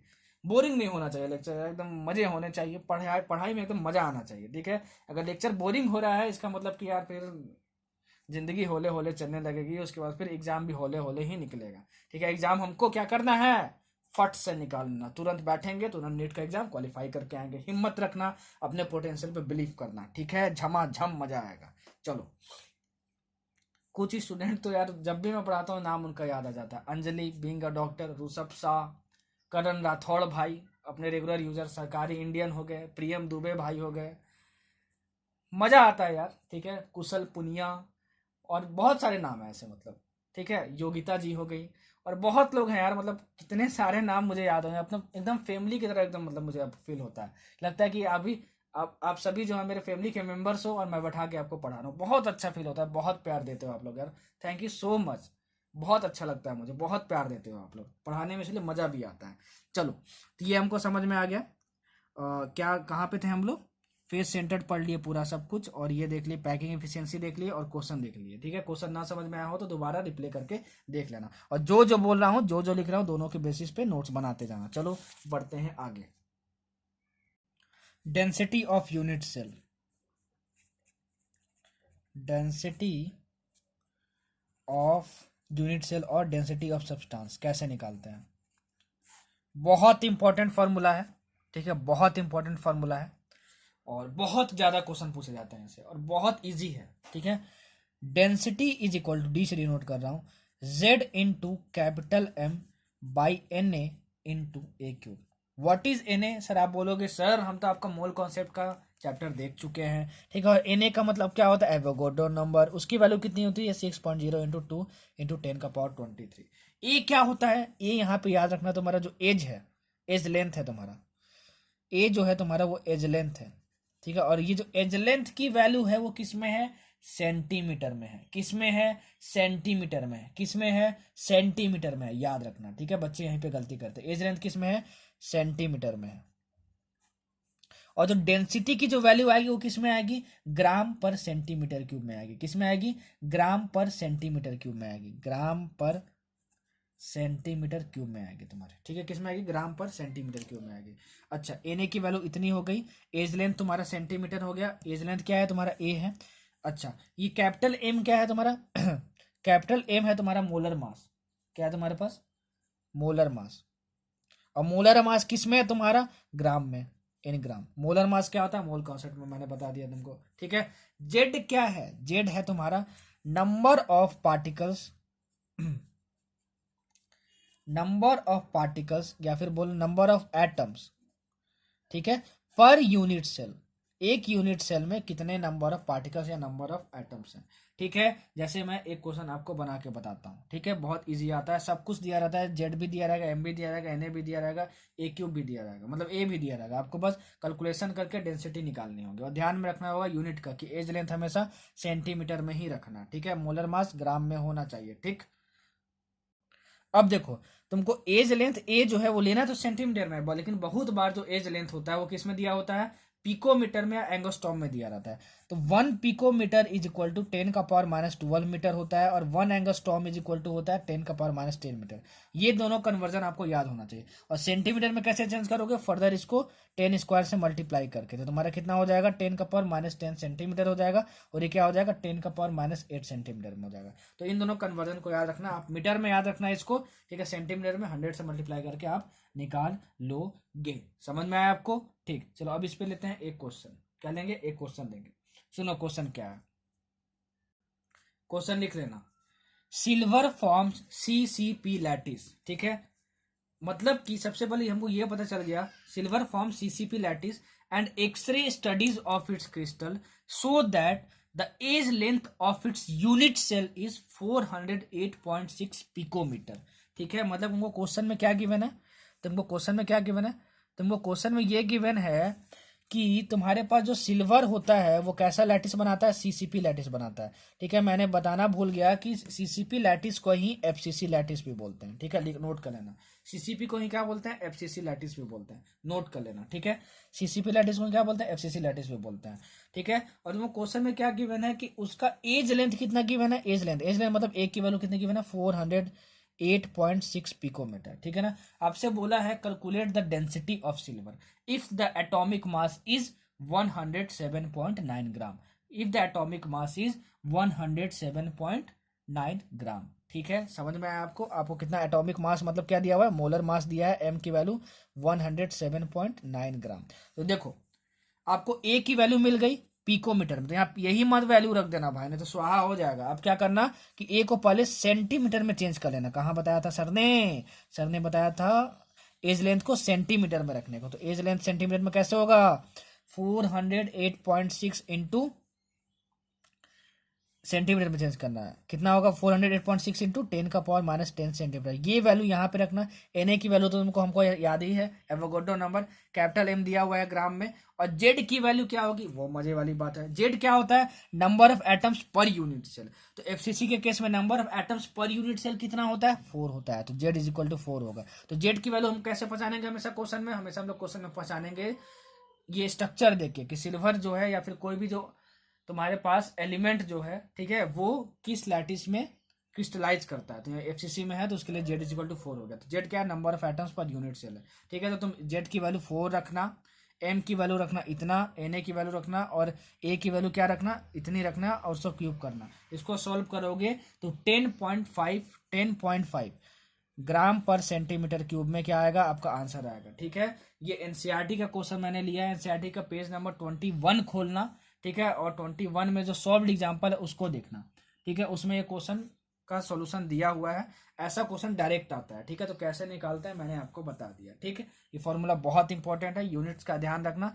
अब ये ग्राम पर सेंटीमीटर में क्यूब में आएगा, मोलर मास हमेशा ग्राम में लेना है, एज लेंथ हमेशा किस में लेना है, सेंटीमीटर में लेना है। बच्चे गलती करते हैं तो इसी में गलती करते हैं, किस की वैल्यू डायरेक्ट पुट कर देते हैं इसी में, बल्कि इसको पहले सेंटीमीटर में चेंज करना होगा। ठीक है, और चेंज करना होगा तो बहुत सारे बच्चे जानते हैं नहीं कि कन्वर्ट कैसे करते हैं, इसलिए मैंने कन्वर्जन भी आपको बता दिया। ठीक है, पेज नंबर 21 में एक क्वेश्चन मैंने सॉल्व करके आपको बता दिया था, सॉल्व एग्जाम्पल था एनसीईआरटी का। ठीक है, पेज नंबर 20 में भी एनसीईआरटी का सॉलिड स्टेट में एक क्वेश्चन है। ठीक है, क्वेश्चन क्या है, जिसमें आपको फाइंड करना how many atoms are present in 200 gram of the element. वो आपको क्या दे रहा हूँ, होमवर्क दे रहा हूँ, बहुत ज्यादा अच्छा क्वेश्चन है वो, उसको सॉल्व करके जाना एग्जाम में। ठीक है ना, सॉल्व करके जाना, page number 20 solid state NCERT book. ठीक है, सॉल्व एग्जाम्पल में है, बनाने के पहले से ट्राई करना, नहीं बनेगा कोई बात नहीं, सोल्यूशन देख लेना, सोल्यूशन उसका दिया हुआ है सॉल्व एग्जाम्पल में। ठीक है, और समझ लेना, बहुत अच्छा क्वेश्चन है वो आपके लिए होमवर्क छोड़ रहा हूँ। चलो अब बढ़ते हैं आगे, जो इंपॉर्टेंट है, जितना इंपॉर्टेंट है उतना ही पढ़ेंगे, कुछ भी फालतू नहीं पढ़ेंगे। चलो, तो हमने 3 तरह का क्यूबिक यूनिट सेल पढ़ लिया था, simple cubic unit cell, body centre, ठीक है, और फेस सेंटर। फेस सेंटर को हम लोग क्या बोलते हैं, सीसीपी भी बोलते हैं। क्या बोलते हैं, फेस सेंटर को हम लोग क्या बोलते हैं, सीसीपी भी बोलते हैं। ठीक है, याद रखना, सीसीपी दिया रहेगा तो एकदम चकरा मत जाना, एकदम बाप रे बाप, एकदम भूकंप सब आ गया, मतलब ऐसा मत समझ लेना। क्या समझना, सर ने क्या बताया था कि एफसीसी मतलब ही सीसीपी स्ट्रक्चर होता है। ठीक है, अच्छा एक और स्पेशल टाइप का स्ट्रक्चर पढ़ना है आपको, एचसीपी। ठीक है, hexagonal close packing, hexagonal close packing, hexagonal close packing structure को हम लोग बोलते हैं एचसीपी। ठीक है, क्या बोलते हैं हम लोग, क्या बोलते हैं, एचसीपी बोलते हैं। इसमें number of atoms per unit cell जो होता है, number of atoms per unit cell जो होता है वो होता है 6। कितना होता है? 6 होता है, याद कर लेना। Coordination number of each atom जो होता है वो कितना होता है? 12। कितना होता है? 12 होता है। Same as FCC. एफसीसी में भी कोऑर्डिनेशन नंबर कितना होता था? 12 होता था। देखो मैंने सर बताया है, ठीक है। और जो एफसीसी का पैकिंग एफिशिएंसी होता है तो वही एचसीपी का भी पैकिंग एफिशिएंसी होता है। मतलब कि packing efficiency of HCP same as FCC, that is equal to 74%। बहुत ज़्यादा इंपॉर्टेंट। तो एचसीपी के बारे में आप इतना चीज़ याद रखना कि हेक्सागोनल क्लोज पैकिंग में क्या होता है, number of atoms per unit cell हमारे कितने होते हैं? 6 होते हैं। तुम्हारे पास coordination number of each atom कितना होता है? 12 होता है। और packing efficiency same as FCC, ठीक है। कितना होता है? 74% होता है। 74% होता है। कितना होता है? 74% होता है, ठीक है। अब देखो बहुत तरीके के क्लोज पैकिंग पाई जाती हैं। क्या पाई जाती हैं? क्लोज पैकिंग पाई जाती हैं, ठीक है। ABC close packing, A close packing, A be close packing, ABC close packing, ठीक है। तो वो आपको याद रखना है कि कौन से क्यूबिक यूनिट सेल में कैसा पैकिंग मिल सकता है, ठीक है। तो जो आपको याद रखना है मैंने आपको बता रहा हूँ, ठीक है। ये पैकिंग्स क्या होती है अभी मत समझो, याद करना बहुत इंपॉर्टेंट है। जो याद करना है मैं आपसे बता दे रहा हूँ, ठीक है। सिंपल क्यूबिक यूनिट सेल, ठीक है। सिंपल क्यूबिक यूनिट सेल, ठीक है, इसका मैं बता रहा हूँ, एससीसी का बता रहा हूँ, simple cubic unit cell. BCC body centred cubic unit cell, CCP को हम लोग एफसीसी भी बोलते हैं। और हमारे पास क्या हो गया? एचसीपी होता है, ठीक है। इसमें जो होता है वो ए पैकिंग पाया जाता है, ठीक है, याद रखना। इसमें बीसीसी में जो होता है वो ए बी पैकिंग पाया जाता है। इसमें जो होता है वो होता है एबीसी पैकिंग पाया जाता है। और इसमें जो होता है वो ए बी पैकिंग पाया जाता है, ठीक है। आप ये देखोगे कि इसमें भी ए बी पैकिंग है, इसमें भी ए बी पैकिंग है। इसमें ए बी पैकिंग तो होता है लेकिन ये पैकिंग क्लोज पैकिंग नहीं होता है। क्लोज पैकिंग क्या होता है अभी समझने का कोई जरूरत नहीं है, ठीक है। लेकिन जो एचसीपी में ए बी पैकिंग होता है वो क्या होता है? क्लोज पैकिंग होता है। तो आपसे पता है क्वेश्चन कैसे पूछा जाएगा? आपसे बोला जाएगा बताओ कि एबीसी जो क्लोज पैकिंग होता है, ठीक है ना, वो कौन से स्ट्रक्चर में पाया जाता है? तो आप बोलोगे एफसीसी स्ट्रक्चर। तो आप उसको टिक मार दोगे। आप उसको क्या कर दोगे? टिक मार दोगे। आप क्या करोगे? उसको टिक मार दोगे, ठीक है। अच्छा, अब कुछ एग्जांपल याद कर लो कि सिंपल क्यूबिक, बीसीसी, एससीसीपी और एचसीपी कौन से एलिमेंट्स जो होते हैं वो क्या करते हैं? शो करते हैं। तो सिंपल क्यूबिक यूनिट सेल में सिर्फ ऐसा एक लौता एलिमेंट है जो कि सिंपल क्यूबिक अरेंजमेंट में क्रिस्टलाइज करता है, वो है मैंगनीज। क्या है? मैंगनीज। क्या है? मैंगनीज। याद कर लेना। क्या कर लेना? याद कर लेना। और एक एफसीसी का याद रखना। क्या? एफसीसी का याद रखना, सिल्वर और copper. Silver and copper crystallises in FCC structure. बहुत बार क्वेश्चन में नहीं गिवन होता है, बस दिया रहता है कि सिल्वर क्रिस्टलाइज कर रहा है। तो आप समझ जाना कि सिल्वर हमेशा किस में क्रिस्टलाइज करता है? एफसीसी स्ट्रक्चर में करता है। और मैंगनीज ही एक ऐसा लौता एलिमेंट है, बहुत इंपॉर्टेंट, जो कि सिंपल क्यूबिक यूनिट सेल में क्रिस्टलाइज करता है, ठीक है। जैसे बोल रहा हूँ, जो बोल रहा हूँ याद कर लेना, ठीक है। उससे बाहर कुछ भी नहीं आने वाला है, ठीक है। अब चलो हम लोग बढ़ते हैं आगे। देखो टेट्राहेड्रल वर्ड क्या होता है और ऑक्टाहेड्रल वर्ड क्या होता है? टेट्राहेड्रल वर्ड और ऑक्टाहेड्रल वर्ड। वर्ड का मतलब क्या होता है? Vacant space. क्या होता है? वैकेंट स्पेस मतलब खाली जगह। तो खाली जगह जो होती है क्रिस्टलाइन सॉलिड में दो तरीके की होती हैं, टेट्राहेड्रल और ऑक्टाहेड्रल, ठीक है। क्वेश्चन कैसा आएगा सुनो। अगर मान लो 3 एटम्स हैं और इसके ऊपर में देखो ये 1 2 3 रखा हुआ है और इसके ऊपर में एक एटम ऐसे करके रखा हुआ है, ठीक है, ऊपर में करके रखा हुआ है ऐसे करके। ये जो एटम है 1 2 3 ऐसे है और चौथा क्या है? इसके ऊपर रखा हुआ है। तो ये जो वर्ड बनता है, देखो ये जो बना, ये जो स्पेस बना, खाली स्पेस बना, वर्ड मतलब क्या होता है? खाली स्पेस। इस वर्ड को हम लोग बोलते हैं टेट्राहेड्रल वर्ड। क्या बोलते हैं? Tetrahedral word. तो क्वेश्चन में क्या करेगा? ये डायग्राम बना देगा, बोल देगा बताओ कि किस तरीके का वर्ड है। तो ये है टेट्राहेड्रल वर्ड, ठीक है। ये कैसा बनता है? ऑक्टाहेड्रल वर्ड कैसा बनता है? ऑक्टाहेड्रल ऐसा बनता है, देखो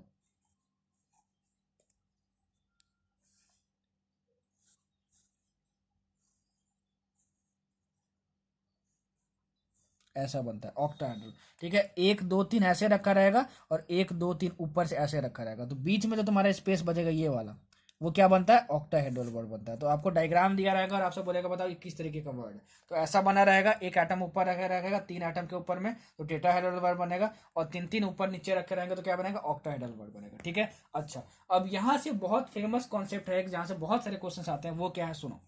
वो क्या है सुनो।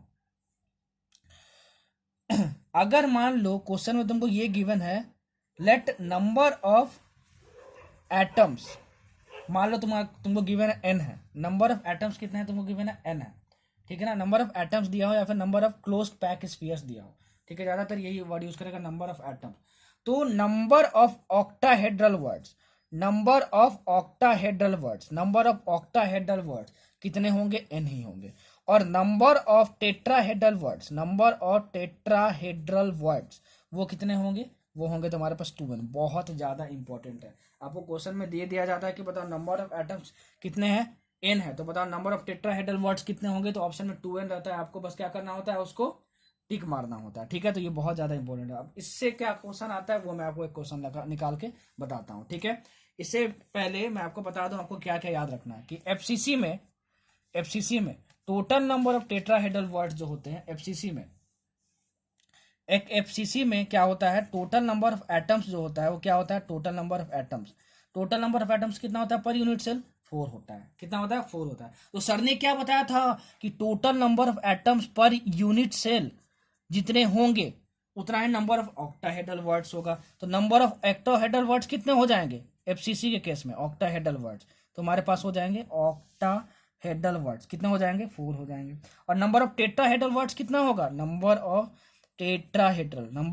टेट्राहेड्रल वर्ड्स कितना होगा तुम्हारे पास, 2n, ठीक है। n क्या, number of atoms per unit cell. तो एफसीसी में क्या होता है, total number of atoms per unit cell 4 होता है, मतलब कितना हुआ, 8 हुआ। तो क्वेश्चन पूछा जाता है आपसे कि total number of tetrahedral words present in FCC, वही आपसे मान लो क्वेश्चन ये बोल दे कि total number of octahedral words in case of BCC, ठीक है, इन केस ऑफ बीसीसी। तो बीसीसी में आप क्या बोलोगे, बीसीसी में क्या बोलोगे कि n की वैल्यू क्या होती है, number of atoms per unit cell, n की वैल्यू होती है तुम्हारे पास 2, number of atoms per unit cell कितना होता था, 2 होता था।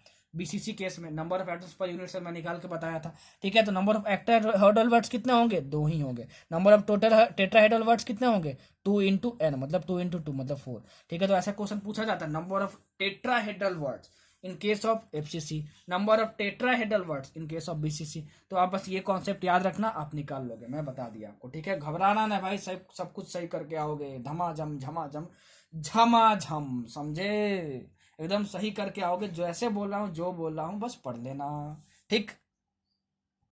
अब देखो, अगर हमको पता चल जाए किसी भी कंपाउंड में कितना ऑक्टाहेड्रल वर्ड्स हैं और कितना टेट्राहेड्रल वर्ड्स हैं, तो उससे भी हम फॉर्मूला ऑफ कंपाउंड क्या कर सकते हैं, फाइंड कर सकते हैं। पहले क्या था, एक क्वेश्चन दिया था जिसमें number of atoms per unit cell अगर हम निकाल लिए ईच एटम का, तो उसका रेशियो हम ले लेंगे, तो हमको क्या मिल जाएगा जरा बताना, तो उसका रेशियो हमको मिल जाएगा, तो हमको क्या मिल जाएगा, फॉर्मूला ऑफ कंपाउंड मिल जाएगा। और अगर हमको ये पता चल जाए कि कितने ऑक्टाहेड्रल वर्ड्स और कितने टेट्राहेड्रल वर्ड्स प्रेजेंट है किसी भी कंपाउंड में, ठीक है, तो हमको उस केस में भी फॉर्मूला ऑफ कंपाउंड मिल सकता है, ठीक है। उसके लिए मैं एक क्वेश्चन ले रहा हूं, क्वेश्चन बोल रहा हूं, page number 16 NCERT solid state का ये क्वेश्चन है, सॉल्व एग्जांपल में दिया हुआ है, ठीक है ना। क्वेश्चन मैं पढ़ के आपको बता रहा हूं, और सॉल्यूशन लिख के बताऊंगा, समझा के बताऊंगा। क्वेश्चन सुनो, atoms of element B form HCP lattice and those of the element A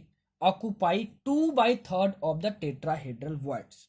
What is the formula of the compound formed by the elements A and B? मतलब कि A और B मिला के तुम्हारा क्या बना रहा है, A और B मिला के तुमको क्या बना रहा है, एक कंपाउंड बना रहा है। क्या बना रहा है, कंपाउंड बना रहा है। क्या बना रहा है, कंपाउंड बना रहा है, ठीक है। क्या बना रहा है, कंपाउंड बना रहा है। तो अगर हम एक यूनिट सेल की बात करें, तो HCP लैटिस में क्या होता है, सोल्यूशन बता रहा है। HCP लैटिस में एक यूनिट सेल में कितने नंबर ऑफ एटम्स होते हैं, 6 होते हैं, इतना हमको आ गया, 6 होते हैं। तो अगर number of atoms per unit cell तुमको क्या मिल गया, 6 मिल गया। क्या मिल गया तुमको, 6 मिल गया। तो नंबर ऑफ टेट्राहेड्रल वर्ड्स कितने हो गए जरा बताना। तो नंबर ऑफ टेट्राहेड्रल वर्ड्स कितने होने चाहिए तुम्हारे पास जरा बताना। तो होने चाहिए पर यूनिट सेल कितने होने चाहिए, 12 होने चाहिए। कितने होने चाहिए, 12 होने चाहिए। इस 12 में से 2/3 of tetrahedral words is occupied by A, question में तुमको गिवन है, ठीक है। मतलब इसका 2/3 तुमको ऑक्युपाई किया हुआ है। कौन ऑक्युपाई किया हुआ है तुम्हारा 2/3 ऑक्युपाई किया हुआ है,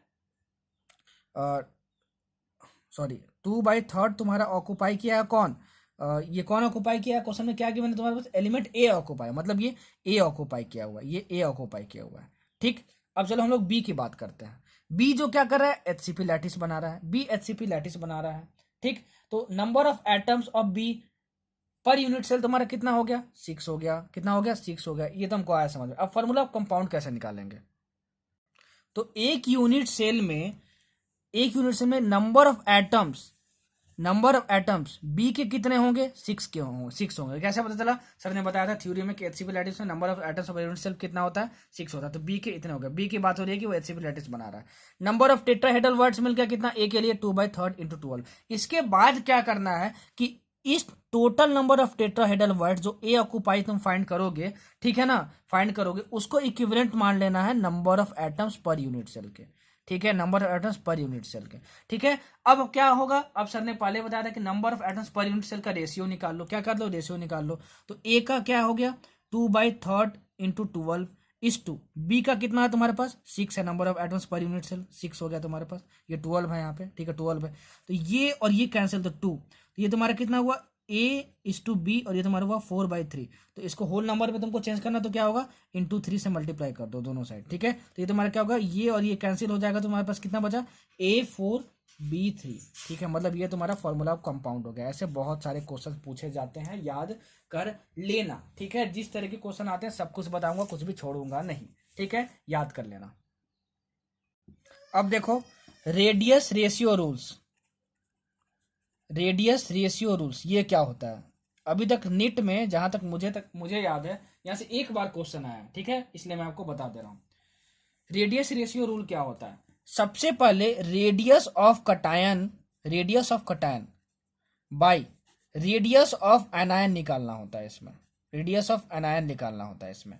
कटायन जो होता है वो पॉजिटिव चार्ज का होता है, और जो अनायन होता है वो नेगेटिव चार्ज का होता है। जैसे मैं बोलूं कि जैसे A प्लस है मान लो, तो ये बताओ कटायन है कि अनायन है। तो अगर इसमें प्लस चार्ज है तो ये होगा कटायन। ठीक है, अगर मान लो ये B माइनस होता तो B माइनस है, तो इसमें नेगेटिव चार्ज है तो उसको हम लोग बोलते हैं अनायन। तो आपको क्वेश्चन में क्या गिवन होगा, रेडियस ऑफ कटायन भी गिवन होगा और रेडियस ऑफ अनायन भी गिवन होगा। तो इन दोनों को डिवाइड करके आप जो निकालोगे उसको हम लोग बोलते हैं रेडियस रेशियो। क्या बोलते हैं, रेडियस रेशियो। लिख लो, ठीक है ना, क्या बोलते हैं, रेडियस रेशियो। और आपसे क्वेश्चन में ये पूछा जाएगा कि बताओ कि कोऑर्डिनेशन नंबर क्या होगा। आपसे ये पूछा जाएगा कि बताओ कि कोऑर्डिनेशन नंबर क्या होगा, कोऑर्डिनेशन नंबर क्या होगा। ठीक है, तो सुनो सबसे पहले आप ये निकालोगे radius of cation by radius of अनायन निकालोगे आप। ठीक है, उसके बाद आपको क्या करना है, सुनो। अगर तुम्हारे रेडियस ऑफ कटायन को मैं R प्लस से डिनोट कर रहा हूं और रेडियस ऑफ अनायन को R माइनस से डिनोट कर रहा हूं, तो R plus by R minus की value, R plus by R minus की वैल्यू अगर 0.414 से, ठीक है, 0.225 के बीच में लाई करे, ठीक है, तो एक केस बनता है। और R plus by R minus की वैल्यू, मतलब कि radius of cation by radius of अनायन की वैल्यू 0.732 से 0.414 के बीच में लाई करें, तब एक केस बनता है। ये दो केस आपको याद रखना है। तो इस केस में क्या होता है, इस केस में बनता है तुम्हारा टेट्राहेड्रल वर्ड, टेट्राहेड्रल वर्ड। ठीक है, बनता है। इस केस में बनता है तुम्हारा ऑक्टाहेड्रल वर्ड। ठीक है, ऑक्टाहेड्रल वर्ड। ठीक है, टेट्राहेड्रल वर्ड के केस में जो कोऑर्डिनेशन नंबर निकल के आता है वो होता है 4, और ऑक्टाहेड्रल वर्ड के जो केस में आता है कोऑर्डिनेशन नंबर निकल के वो आता है 6। ठीक है, तो इस पे बेस्ड क्वेश्चन आएगा। क्वेश्चन क्या आएगा मैं आपको बोल के बता दे रहा हूँ, आप लिख लो। ठीक है ना, ध्यान से सुनना यार। एक दो बच्चे कमेंट करके बोल रहे थे कि समझ नहीं आता है। ठीक है, अगर जब आप ओरली बोलते हो तो भाई वीडियो है, बार बार रिवाइंड करो, बार बार रिप्ले करो। ठीक है, बार बार सुनो। और मैं बोलता हूँ ना कि बस सुना मत करो, कॉपी पेन हाथ में रखा करो, नोट किया करो। नोट करके समझोगे ना यार, तो ऐसे कोई भी चीज नहीं जो आपको समझ में नहीं आए, सब कुछ समझ में आएगा। ठीक है, क्वेश्चन पढ़ रहा हूं, ऐसा क्वेश्चन आया हुआ है, सुनो। The two ions A plus and B minus have radius 88 and 200 picometer. Predict the coordination number of A plus. आपको coordination number of A plus बताना है। तो सर ने बताया था radius of cation by radius of anion निकालो, उससे हमको कोऑर्डिनेशन नंबर मिल जाएगा। तो रेडियस ऑफ कटायन मतलब A प्लस का क्या दिया हुआ है, 88 दिया हुआ है पिकोमीटर, और रेडियस ऑफ अनायन B माइनस का कितना दिया हुआ है, 200 pm दिया हुआ है। तो इसका तुम रेशियो निकालोगे R plus by R minus का, मतलब 88 बाई 200, तो तुम्हारे पास आएगा 0.44। 0.44 किसके बीच में लाई करेगा, देखो इसके बीच में लाई करेगा। 0.414 से 0.732 का, मतलब इस केस में क्या बनेगा, ऑक्टाहेड्रल वर्ड बनेगा। और उस केस में कोऑर्डिनेशन नंबर कितना होता है, 6 होता है। तो कोऑर्डिनेट नंबर 6 होगा, ऑप्शन में होगा, टिक मार दोगे। ऐसा एक क्वेश्चन नेट में आया हुआ है, आपको होमवर्क दे रहा हूँ, ढूंढना और निकालना, ठीक है ना। ये आपको क्या दिया हुआ है, कटायन अनायन का दोनों का रेडियस दिया हुआ है, आपसे कोऑर्डिनेशन नंबर पूछा है नीट का क्वेश्चन में, ठीक है, निकाल के आप देखना।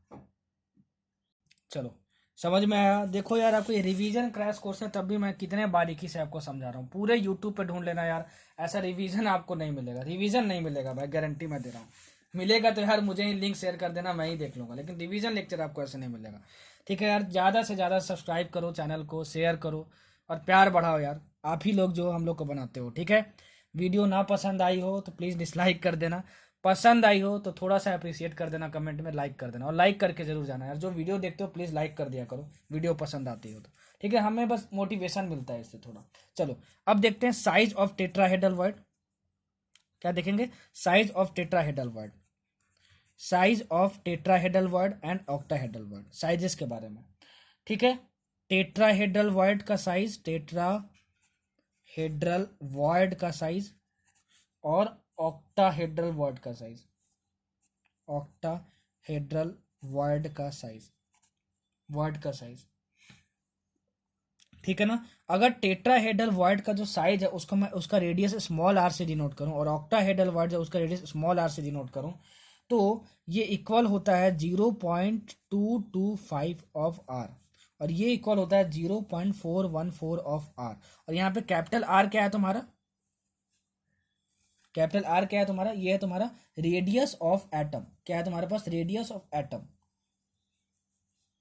रेडियस ऑफ एटम बोलो या फिर रेडियस ऑफ अनायन बोलो, क्या बोलो, रेडियस ऑफ अनायन बोलो, ये भी क्या, रेडियस ऑफ अनायन बोलो। सर समझ में नहीं आया, देखो यहां से क्वेश्चन नहीं आएगा, ये मैंने लिख दिया, आप चाहो तो नोट्स में लिख लेना, क्वेश्चन क्या आएगा मैं आपको बताता हूँ, ठीक है। सुनो, एक कोई भी अगर एक आयनिक कंपाउंड होता है, आयनिक कंपाउंड, ठीक है, और अगर मान लो आयनिक कंपाउंड NaCl निकला, तो NaCl में क्या होगा, कटायन भी होगा और अनायन भी होगा, ठीक है।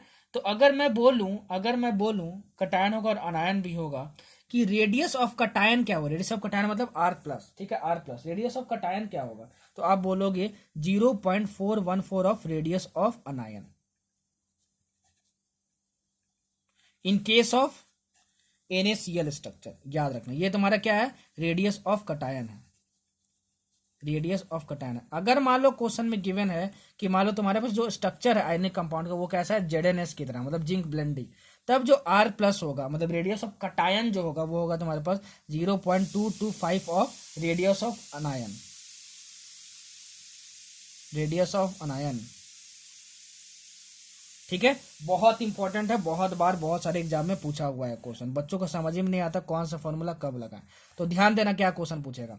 आपको दिया रहेगा for the NaCl structure if the radius of anion is 480 picometre, what will be the radius of cation. तो बस कुछ नहीं करना है, ये फॉर्मूला लगा देना है, ठीक है, अगर NaCl स्ट्रक्चर दिया हो तो, ठीक है ना। अगर मान लो ZnS स्ट्रक्चर दिया हो, ZnS स्ट्रक्चर दिया हो, और आपको ये बोल दे कि for ZnS structure if the radius of cation that is R plus is this, what is the radius of अनायन, तो आप ये फॉर्मूला अप्लाई करोगे। समझ में आया, इस पे बेस्ड एक क्वेश्चन आ चुका है एक बार नीट में, 1 से 2 बार आ चुका है कि NaCl तुम्हारा स्ट्रक्चर है, रेडियस ऑफ क्या दिया था, कटायन दिया हुआ था, आपको रेडियस ऑफ अनायन निकालना था, तो ये फॉर्मूला लगाओगे और आप निकाल लोगे। इसको याद करने की जरूरत नहीं है, ठीक ना, इसको याद रखना आप, ठीक है। NaCl स्ट्रक्चर से आपसे ज्यादा पूछा जाता है, ZnS से ना के बराबर पूछा जाता है, ठीक है। तो याद रखना कि radius of cation is equal to 0.414 of radius of anion होगा, ठीक। चलो अब देखते हैं NaCl स्ट्रक्चर के बारे में कुछ और एक CaCl तुम्हारा क्या है, सीजियम क्लोराइड, क्या है, सीजियम क्लोराइड है। आपको क्वेश्चन में क्या दिया रहेगा, सुनना, वही आपको समझाऊंगा। डिस्टेंस बिटवीन 2 नियरेस्ट आयंस तुमको दिया होगा, ठीक है, दोनों के केस में, इसके केस में भी और इसके केस में भी, और आपसे बोलेगा कि बताओ edge length of unit cell कितना होगा, edge length of unit cell कितना होगा, edge length of unit cell कितना होगा, edge length of unit cell मतलब ए कितना होगा। तो अगर डिस्टेंस बिटवीन 2 नियरेस्ट आयंस के को हम लोग डिनोट करें R plus plus R minus से, ये पूरा जो क्वांटिटी है किसको डिनोट कर रहा है, डिस्टेंस बिटवीन 2 नियरेस्ट आयंस को।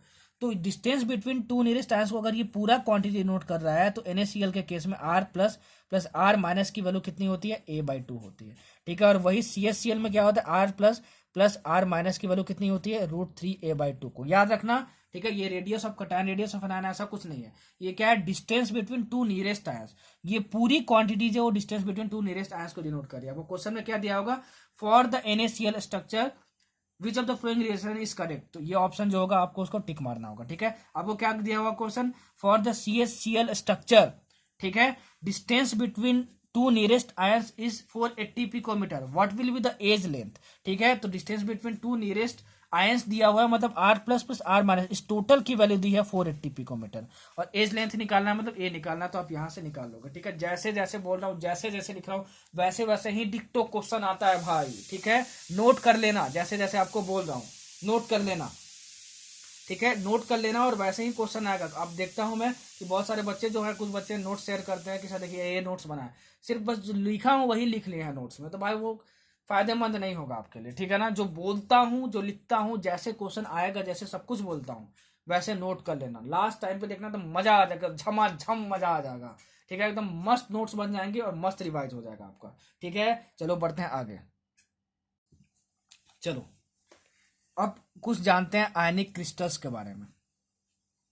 ठीक है, जो आपको याद रखना, ये थ्योरेटिकल, यहां से क्वेश्चन आता है। ठीक है, आयनिक क्रिस्टल्स के बारे में आपको क्वेश्चन में क्या मेंशन होगा कि आपका NaCl स्ट्रक्चर है, आपका CsCl स्ट्रक्चर है। ठीक है, और किसका मैं आपको याद करवा दूं, ZnS का याद करवा दूं।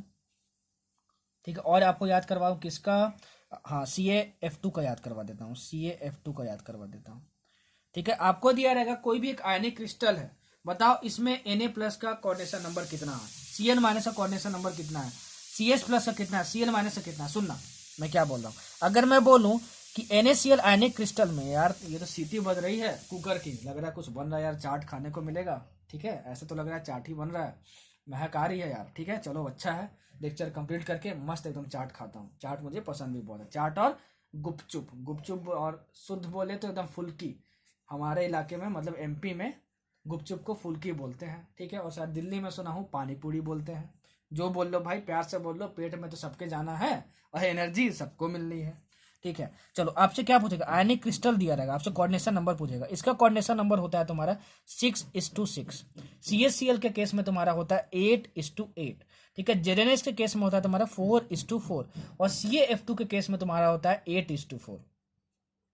8:4 याद रखना, इसको तोड़ दो। ठीक है, तो ये तुम्हारा क्या बनेगा, Ca2 प्लस, और ये तुम्हारा बनेगा F माइनस, Ca2 प्लस और F माइनस, ये क्या बनेगा, Zn2 प्लस S2 माइनस, ये क्या बनेगा, Cs प्लस और Cl माइनस, ये क्या बनेगा, Na प्लस और Cl माइनस। ठीक है, coordination number of Na plus is 6, coordination number Cl minus is 6, Cs plus is 8, Cl minus is 8, Zn2 plus का कोऑर्डिनेशन नंबर 4, S2 माइनस का 4, Ca2 plus का coordination number 8, और F minus मतलब fluoride ion का coordination number 4। ये वाला जो है नीट में एक बार पूछा हुआ है कि बताओ कि CaF2 स्ट्रक्चर में Ca2 प्लस का कोऑर्डिनेशन नंबर कितना होगा, तो 8 होगा, F माइनस से कितना होगा, 4 होगा। तो ये चारों आप याद कर लो, आपको आयनिक क्रिस्टल दिया रहेगा, आपसे कोऑर्डिनेशन नंबर पूछेगा। ठीक है, समझ में आया, और कुछ भी याद करने की जरूरत नहीं है। कोचिंग के मटेरियल्स में देखोगे तो पता नहीं क्या क्या दिया हुआ है, लेकिन वो सब याद करने की कोई भी जरूरत नहीं है। ठीक, चलो अब बढ़ते हैं हम लोग, अब हम लोग बढ़ते हैं आगे, नोट कर लेना आप।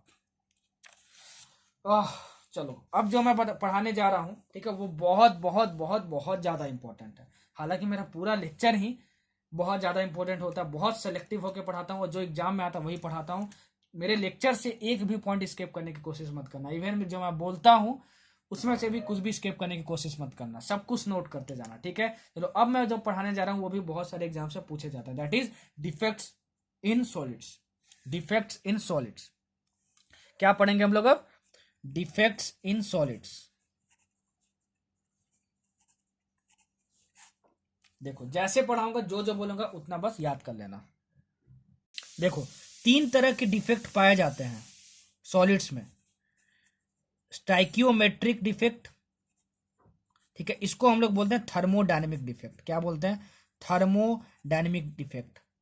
याद रखना बहुत इंपॉर्टेंट है, पूछा जाता है कि थर्मोडायनेमिक डिफेक्ट किसको बोलते हैं, स्टाइकियोमेट्रिक डिफेक्ट को बोलते हैं। ठीक है, अच्छा दूसरा जो होता है वो होता है इम्प्योरिटी डिफेक्ट,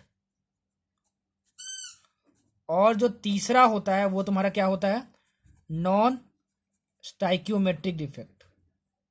ठीक है, 3 तरह के डिफेक्ट होते हैं, सब कुछ लाइन में पढ़ेंगे। ठीक है, पहले पढ़ते हैं स्टाइकियोमेट्रिक डिफेक्ट पढ़ते हैं, ठीक है। इसमें 4 तरह के डिफेक्ट होते हैं, vacancy defect, Frenkel defect, Schottky defect, ठीक है, और एक होता है इंटरस्टिशियल डिफेक्ट। देखो चारों क्या होते हैं, इसका पहले पढ़ते हैं, ठीक है, ये पहले पढ़ते हैं हम लोग इसके बारे में।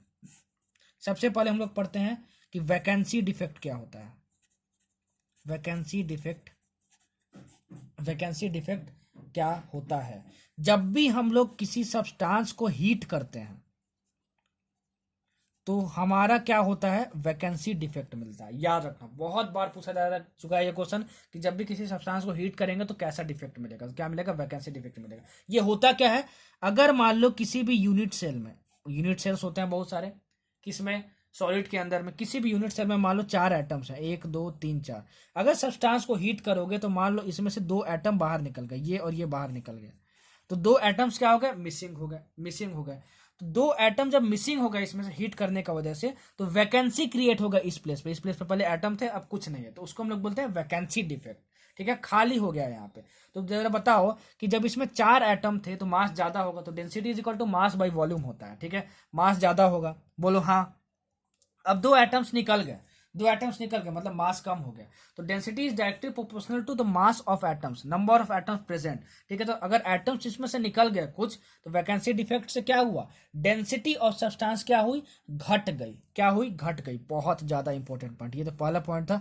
दूसरा है क्या है कि डेंसिटी ऑफ सब्सटेंस डिक्रीजेस। तो ये क्वेश्चन बहुत ज्यादा पूछा जाता है कि बताओ वैकेंसी डिफेक्ट में क्या होता है, तो वैकेंसी डिफेक्ट में होता है तुम्हारा क्या, वैकेंसी डिफेक्ट में तुम्हारा क्या होता है कि सब्सटेंस को हीट करते हैं तो वैकेंसी डिफेक्ट निकलता है और डेंसिटी ऑफ सब्सटेंस डिक्रीज कर जाता है, ठीक है। दूसरा इंटरस्टिशियल डिफेक्ट, इसमें क्या होता है कि देखो जैसे तुम्हारे पास एक यूनिट सेल है, ठीक है, इसमें मान लो बहुत सारे एटम्स हैं, मान लो 4 एटम्स हैं, बाहर से कोई एटम आकर इस सेल में आ गया, मान लो ये बाहर से कोई एटम आया, एक कुछ एक्स्ट्रा आ गया इसमें से, ठीक है, तो इसको हम लोग बोलते हैं क्या, इंटरस्टिशियल डिफेक्ट, ठीक है। बाहर से कोई एटम आया और यूनिट सेल में आ गया, तो नंबर ऑफ एटम्स क्या हुए, इंक्रीज होगा, क्या हुए, नंबर ऑफ एटम्स क्या हो गया, इंक्रीज हो गया। बाहर से कोई नया एटम आ गया, तो number of atoms directly proportional to density of substance, तो डेंसिटी ऑफ सब्सटेंस क्या होगा, इंक्रीज कर जाएगा। So interstitial defect increases the density of the substance. याद रखना, interstitial defect increases the density of substance, increase कर देता है। समझ में आया, नोट कर लेना। तो पूछा जाता है, 4 आपको दे दिया जाएगा स्टेटमेंट, आप बोल देगा बताओ कौन सा करेक्ट है कौन सा करेक्ट नहीं है, तो आप क्या बोलोगे, इंटरस्टिशियल डिफेक्ट डेंसिटी को इंक्रीज करता है, वैकेंसी डिफेक्ट क्या करता है, डेंसिटी को डिक्रीज करता है। कभी भी सब्सटेंस को हीट करेंगे तो क्या होगा, वैकेंसी डिफेक्ट क्रिएट होगा, ठीक है। बाकी अभी क्या पढ़ रहे हैं, स्टाइकियोमेट्रिक डिफेक्ट पढ़ रहे हैं। तीसरा पढ़ते हैं हम लोग फ्रेंकल डिफेक्ट। बहुत ज्यादा इंपॉर्टेंट, बहुत पूछा जाता है, ठीक है। ये जो डिफेक्ट है Frenkel defect, these are shown by ionic compounds. ये पूछा जाता है तुमसे कि फ्रेंकल डिफेक्ट कौन से कंपाउंड्स दिखाते हैं, आयनिक कंपाउंड्स दिखाते हैं। पहला पॉइंट, हर एक पॉइंट बहुत इंपॉर्टेंट है, ठीक है, बहुत इंपॉर्टेंट है, ठीक है। अच्छा, फ्रेंकल डिफेक्ट को हम लोग दूसरा नाम भी देते हैं डिसलोकेशन डिफेक्ट। डिसलोकेशन का मतलब क्या होता है जरा बताना, तो एक जगह से दूसरी जगह चल जाना। अरे भाई कभी हड्डी उड्डी टूटा होगा तो ये जानते होगे कि हड्डी खिसक गई, डिसलोकेट हो गया, मतलब हड्डी तुम्हारे पैर से नहीं निकल गई है, क्या हुआ है कि जो उसका प्लेस था वहां से थोड़ा सा खिसक गई है, डिसलोकेट हो गई है। तो फ्रेंकल डिफेक्ट को हम लोग डिसलोकेशन डिफेक्ट भी बोलते हैं। इसमें क्या होता है कि मान लो तुम्हारे पास एटम्स है 1 2 3 4 5 6, ठीक है ना, यहां का एटम निकल के मान लो यहां पे आ गया और इसी यूनिट सेल के अंदर में मूव किया है, तो देखो नंबर ऑफ एटम्स बदले क्या, जरा बताना, तो नंबर ऑफ एटम्स बदले क्या, नहीं, एक एटम इसी यूनिट सेल में यहां से हट के यहां पर आ गया, तो जहां से हटा वहां तो खाली स्पेस हो गया, तो हम लोग क्या बोलेंगे, वहां वैकेंसी क्रिएट हो गई। तो फ्रेंकल डिफेक्ट में जहां से एटम हटता है वहां पे क्या हो जाता है, वैकेंसी डिफेक्ट क्रिएट हो जाती है। और यहाँ पे क्या था, खाली स्पेस था, क्या था यहाँ पे, खाली स्पेस था, तो खाली स्पेस पे आ गया, ठीक है। इसका मतलब क्या हुआ कि यहाँ पे क्या हुआ, इंटरस्टिशियल डिफेक्ट हो गया, मतलब कि एटम जहां से निकल के आया वहां वैकेंसी डिफेक्ट क्रिएट होगा और जहां पे आ गया वहां पे इंटरस्टिशियल डिफेक्ट प्रोड्यूस हुआ। लेकिन ये जो एटम है वो इसी यूनिट सेल के अंदर मूव कर रहे हैं, मतलब टोटल नंबर ऑफ एटम्स नहीं बदले, ये यहाँ से मिलके यहाँ पे आ गया। तो अब टोटल पहले कितना था, 1 2 3 4 5 6, अब ये वाला बस यहीं पे आ गया, ठीक है। तो अभी भी 6 है, तो नंबर ऑफ एटम्स नहीं बदला, नंबर ऑफ एटम्स नहीं बदला है, मतलब क्या हुआ कि डेंसिटी भी नहीं बदलेगी, मतलब कि क्या हुआ कि density does not change, density of substance does not change. बहुत बहुत बहुत ज्यादा इंपॉर्टेंट है, पूछा जाता है कि फ्रेंकल डिफेक्ट में बताओ डेंसिटी ऑफ सब्सटेंस बदलता है कि नहीं, आप बोलोगे नहीं बदलता है, ठीक है। चौथा पॉइंट फ्रेंकल डिफेक्ट में, ठीक है। ये तो मैं इंटरस्टिशियल डिफेक्ट का बताया था, ठीक है। ये तुम्हारा किस में बता रहा हूँ, फ्रेंकल डिफेक्ट में बता रहा हूँ। फ्रेंकल डिफेक्ट में देखो चौथा पॉइंट, फ्रेंकल डिफेक्ट में चौथा पॉइंट आपको क्या रखना, याद रखना है कि it is shown by ionic compound, ये तो समझ में आ गया, in which there is a large difference in the size of ions. Ionic compounds की जरूरत तो दिखाया जाता है, और क्या होना चाहिए, large difference in size of ions होना चाहिए। जो आयनिक कंपाउंड है उसमें 2 आयंस होंगे, अरे जाहिर सी बात है, Na Cl है तुम्हारे पास, तो Na प्लस और Cl-2 तुम्हारे पास आयन है, इन दोनों के बीच में साइज का बहुत ज्यादा डिफरेंस होना चाहिए, तभी तुम्हारा फ्रेंकल डिफेक्ट ऑकर होगा, ठीक है। 2-3 एग्जाम्पल मैं आपको बता रहा हूं, आप याद कर लो, ठीक है ना। ZnS जिंक ब्लेंडी, AgCl, AgBr, ठीक है, ये आप याद कर लो, ठीक है। ZnS, AgCl, AgBr, ये तीनों जो कंपाउंड है वो फ्रेंकल डिफेक्ट को शो करते हैं। तो पूछता है which of the following compound can show Frenkel defect, तो आप कोई भी ऑप्शन में तीनों में देखना तो टिक मार देना, समझ में आया। चलो ये तो तुम्हारा हुआ 1 2 3, और चौथा जो तुम्हारा होता है वो होता है स्कॉटकी डिफेक्ट। क्या होता है, स्कॉटकी डिफेक्ट, स्कॉटकी डिफेक्ट देख लेना यार, स्पेलिंग वगैरह गलत होगा तो सुधार लेना, ठीक ना। स्कॉटकी डिफेक्ट स्कॉटकी डिफेक्ट क्या होता है, सुनो। Schottky defect is basically a vacancy defect in ionic solids, ठीक है। वैकेंसी डिफेक्ट ये क्या है, तुम्हारा एक तरह का वैकेंसी डिफेक्ट है। वैकेंसी डिफेक्ट में क्या होता था, सर ने बताया था, सर ने बताया था कि वैकेंसी डिफेक्ट में क्या होता है, वैकेंसी डिफेक्ट में जो एटम्स होते हैं वो निकल जाते हैं।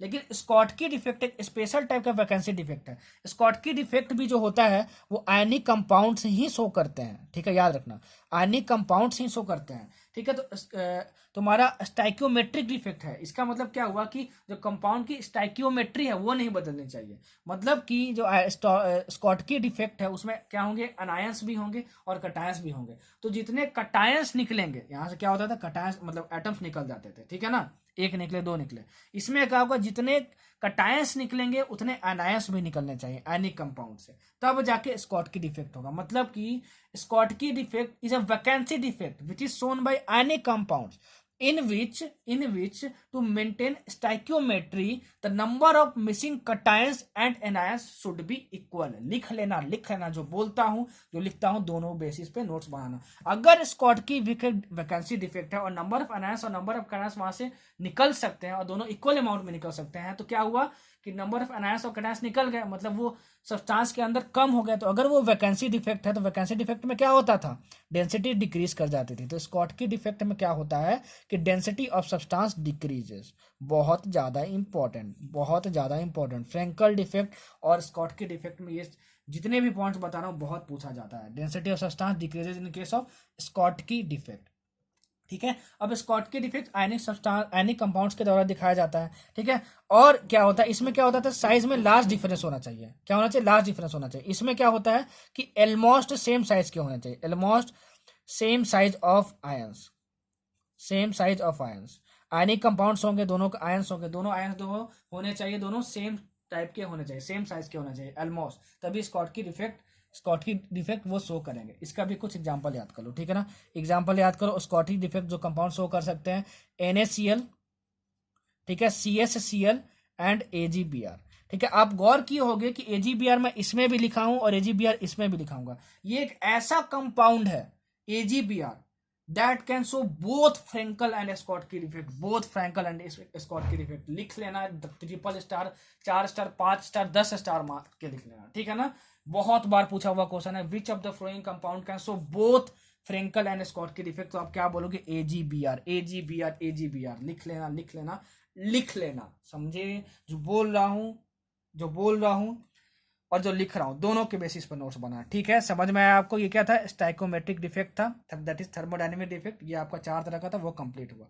अब देखो इम्प्योरिटी डिफेक्ट क्या होता है, फिर बताऊंगा नॉन स्टाइकोमेट्रिक डिफेक्ट। अच्छा, अब देखो इम्प्योरिटी डिफेक्ट क्या होता है। मान लो तुम दो कंपाउंड लिए हो, ठीक है ना, NaCl एंड CrCl2, इन दोनों को क्या कर दिया? आप मिक्स कर दिए। ठीक है, तो NaCl कैसे होगा अपने स्ट्रक्चर में? कैसे होगा जरा बताना तो। अपने लैटिस के अंदर कैसे होगा? यहाँ Na प्लस होगा, ठीक है, Cl माइनस होगा, Na प्लस होगा, यहाँ पे Cl माइनस होगा, Na प्लस होगा, यहाँ पे Cl माइनस होगा, Na प्लस होगा, यहाँ पे Cl माइनस होगा, ऐसे होगा। ठीक है, अब देखो SrCl2 इसमें मिला दिए तुम, ठीक है, तो ये कैसा बनेगा? देखो Sr2 प्लस बनेगा और ये क्या बनेगा? Cl माइनस बनेगा। तो होता क्या है कि ये Sr2 प्लस, ठीक है, कितने Na प्लस के इक्वल है? देखो 2 Na प्लस के इक्वल है। अरे 2 Na प्लस मिलाओगे तभी तो 2 चार्ज तुमको मिलेगा। देखो तभी तो तुमको 2 चार्ज मिलेगा, बोलो हाँ। तुमको मिलेगा कि नहीं? 2 चार्ज मिलेगा कि नहीं? अरे +1 +1 2 चार्ज हो गया, SR2 प्लस हो गया। मतलब कि चार्ज के तौर पे अगर हम रिप्लेसमेंट की बात करें कि एक SR2 प्लस कितने Na प्लस को रिप्लेस कर सकता है, तो 2 को कर सकता है। ठीक है, तो होता क्या है कि इस SR2 प्लस को, ये SR2 प्लस क्या करता है? कुछ Na प्लस साइड्स को क्या करता है? डिस्प्लेस कर देता है, मतलब इसको हटा देता है, इसको हटा देता है, और क्या आ जाता है? एक जगह SR2 प्लस आ जाता है। तो अभी भी देखो चार्ज बैलेंस्ड है यहाँ पे, क्योंकि +1 +1 2 चार्ज को हटाया, +2 को हटाया और +2 आ गया, लेकिन कितने जगह आया? एक ही जगह पे आया। तो यहाँ पे क्या हो गई? यहाँ पे क्या हो गई? वैकेंसी क्रिएट हो गई। क्या हो गई? वैकेंसी क्रिएट हो गई। ठीक है, और किसकी वैकेंसी क्रिएट हुई यहाँ पे? होता तो क्या होता है? Na प्लस होता है। प्लस मतलब क्या? कटायन। तो इसको हम लोग बोलते हैं कटायनिक वैकेंसी। क्या हम लोग बोलते हैं? Cationic vacancy. तो ये जितनी कटायनिक वैकेंसी प्रोड्यूस होंगी, जितनी भी कटायनिक वैकेंसीज प्रोड्यूस होंगी, वो इक्वल होंगी किसके किसके किसके इक्वल होंगी? वो इक्वल होंगी number of SR2 plus ions के, number of SR2 plus ions पे। तो इस पे न्यूमेरिकल आता है, बहुत फेमस न्यूमेरिकल, मैं सोल्व करके बताता हूँ। तो समझ गए? मतलब आपसे क्वेश्चन ये पूछा जाएगा, बताओ NaCl और SrCl2 को जब मिलाएंगे तो कौन सा डिफेक्ट बनेगा? तो इम्प्योरिटी डिफेक्ट बनेगा। तो इस एग्जाम्पल को याद कर लेना। नहीं समझ में आई मैं क्या बोला हूँ तो आप सब दोबारा रिप्ले करना, दोबारा रिवाइंड करना और देख लेना, ठीक है ना, कि मैं क्या बोला हूँ। और ये जो मैं लिखा हूँ, नंबर ऑफ कटायनिक वैकेंसी जितनी होंगी वो number of SR2 plus ions के इक्वल होंगे इम्प्योरिटी डिफेक्ट में। उस पर बेस्ड एक बहुत ज्यादा फेमस क्वेश्चन है NCERT का, वो मैं आपको करवा देता हूँ। ठीक है, सुनना क्वेश्चन क्या है, सुनना क्वेश्चन क्या है, लिख लेना, मैं सॉल्व करके बताऊंगा। If NaCl is doped with 10⁻³ mole% of SrCl2। Question क्या है तुमको कि NaCl का जो डोपिंग है वो किसके साथ किया जा रहा है? SrCl2 के साथ किया जा रहा है। डोपिंग मतलब क्या? दोनों को मिक्स कर दिएगा। और SrCl2 कितना लिए? 10⁻³ मोल%, इतना लिए हम लोग। ठीक है, तो आपसे बोला जा रहा है कि बताओ कितनी कटायनिक वैकेंसीज प्रोड्यूस होंगी, कितनी कटायनिक वैकेंसीज प्रोड्यूस होंगी। ठीक है, तो कितनी कटायनिक वैकेंसी प्रोड्यूस होंगी? जितनी SR2 प्लस आयंस होंगे, जितने SR2 प्लस आयंस होंगे। ठीक है ना? अच्छा, अब इसका मतलब समझना। ठीक है, 10⁻³ मोल% ऑफ SR2, इसका मतलब क्या होता है? इसका मतलब क्या होता है कि 100 moles of NaCl are doped with 10⁻³ mole of SrCl2। सुनना कैसे हुआ। NaCl में, 1 मोल NaCl में हम कितना डोपिंग कर रहे हैं? 10⁻³ मोल%। मोल% मतलब कितना? बाई 100। ठीक है, SrCl2 से। ठीक है, तो इसको इधर मल्टीप्लाई कर दोगे तो क्या हो जाएगा? 100 NaCl को कितने से डोप कर रहे हैं? 10⁻³ मोल SrCl2 से कर रहे हैं। मतलब 100 NaCl की मोल NaCl की डोपिंग हम लोग 10⁻³ मोल SrCl2 से हम लोग क्या कर रहे हैं? डोप कर रहे हैं। क्या कर रहे हैं? डोप कर रहे हैं। समझ में आया? तो 1 मोल को कितना करेंगे? देखो 1 मोल को कितना करेंगे? 1 मोल NaCl की डोपिंग हम लोग कितने के साथ कर रहे हैं? 10⁻³ बाई 100 मोल SrCl2 से कि हम लोग डोपिंग कर रहे हैं। हमको समझ में आया? तो ये हमारा कितना है? 10⁻⁵ SrCl2। तो हमारा परसेंटेज कैसे हटाना है वो मैंने आपको सिखा दिया। ठीक है, अब देखो आपको ये पता है कि एक SR2 प्लस कितनी कटायनिक वैकेंसी क्रिएट कर रहा था? पिछले स्लाइड में मैंने बताया था 1 कटायनिक वैकेंसी। मतलब कि जितने तुम्हारे SR2 प्लस आयंस होंगे उतना ही ज्यादा कटायनिक वैकेंसीज होगी, उतना ही ज्यादा कटायनिक वैकेंसीज होंगी। ठीक है, अच्छा, तो तुम्हारे पास क्या हुआ? देखो तुम्हारे पास 10⁻⁵ SrCl2 है तुम्हारे पास, कितना है 10⁻⁵ SrCl2 है। SrCl2 मतलब क्या हुआ तुम्हारे पास, Sr2 प्लस और Cl माइनस हो गया तुम्हारे पास, Cl माइनस हो गया तुम्हारे पास, ठीक है। तो SrCl2 टूटेगा तो किस में टूटेगा, Sr2 plus plus 2Cl minus में। तो अगर इसका तुम 10⁻⁵ लिए हो तो ये तुम्हारा कितना बनेगा, 10⁻⁵ मोल बनेगा। मोल कॉन्सेप्ट में सिखा चुका, और ये कितना बनेगा, 2 × 10⁻⁵ बनेगा। तो तुम्हारा कितना हुआ टोटल, ठीक है, तुम्हारा कितना हुआ 10⁻⁵ मोल्स बनेगा Sr2 प्लस। ये कितना हुआ मोल्स में आया, 10⁻⁵ मोल्स, क्योंकि ये भी क्या था, मोल में था, Sr2 प्लस बनेगा, ठीक है। अच्छा, तो कितने नंबर ऑफ आयंस होंगे इसके, तो याद करो मोल कॉन्सेप्ट में मास्टर फॉर्मूला सिखाया था तुमको, ठीक है, कि number of moles is equal to number of atoms plus number of ions slash number of molecules. तो यहाँ क्या निकालना, नंबर ऑफ आयंस निकालना बाई एवोगाड्रो नंबर। तो एवोगाड्रो नंबर्स को इससे मल्टीप्लाई कर देंगे, मतलब कि 10⁻⁵ को किससे मल्टीप्लाई कर देंगे, 6.02 × 10⁻23 से। तो ये तुम्हारे पास आ जाएगा कितना, Sr2 प्लस की कितने आ जाएगा, नंबर ऑफ आयंस आ जाएंगे 6.02 × 10⁻18 आ जाएगा। इसको सॉल्व करके देखना तुम, ठीक है ना। तो ये तुम्हारा हुआ नंबर ऑफ कैटायनिक वैकेंसीज। ऐसे क्वेश्चंस बहुत ज्यादा पूछे जा चुके हैं, एनसीईआरटी का बहुत फेमस क्वेश्चन है और बहुत सारे एग्जाम्स में पूछे जा चुके हैं, याद रखना, ठीक है। तो ये हुआ आपका इम्प्योरिटी डिफेक्ट, ठीक है, क्या हुआ आपका इम्प्योरिटी डिफेक्ट। अब हम लोग पढ़ते हैं क्या, अब हम लोग पढ़ते हैं लास्ट में जो बच गया, नॉन स्टाइक्योमेट्रिक डिफेक्ट। तो तुम्हारा जो नॉन स्टाइक्योमेट्रिक डिफेक्ट है, नॉन स्टाइक्योमेट्रिक डिफेक्ट है, ठीक है, वो तुम्हारा दो टाइप का होता है।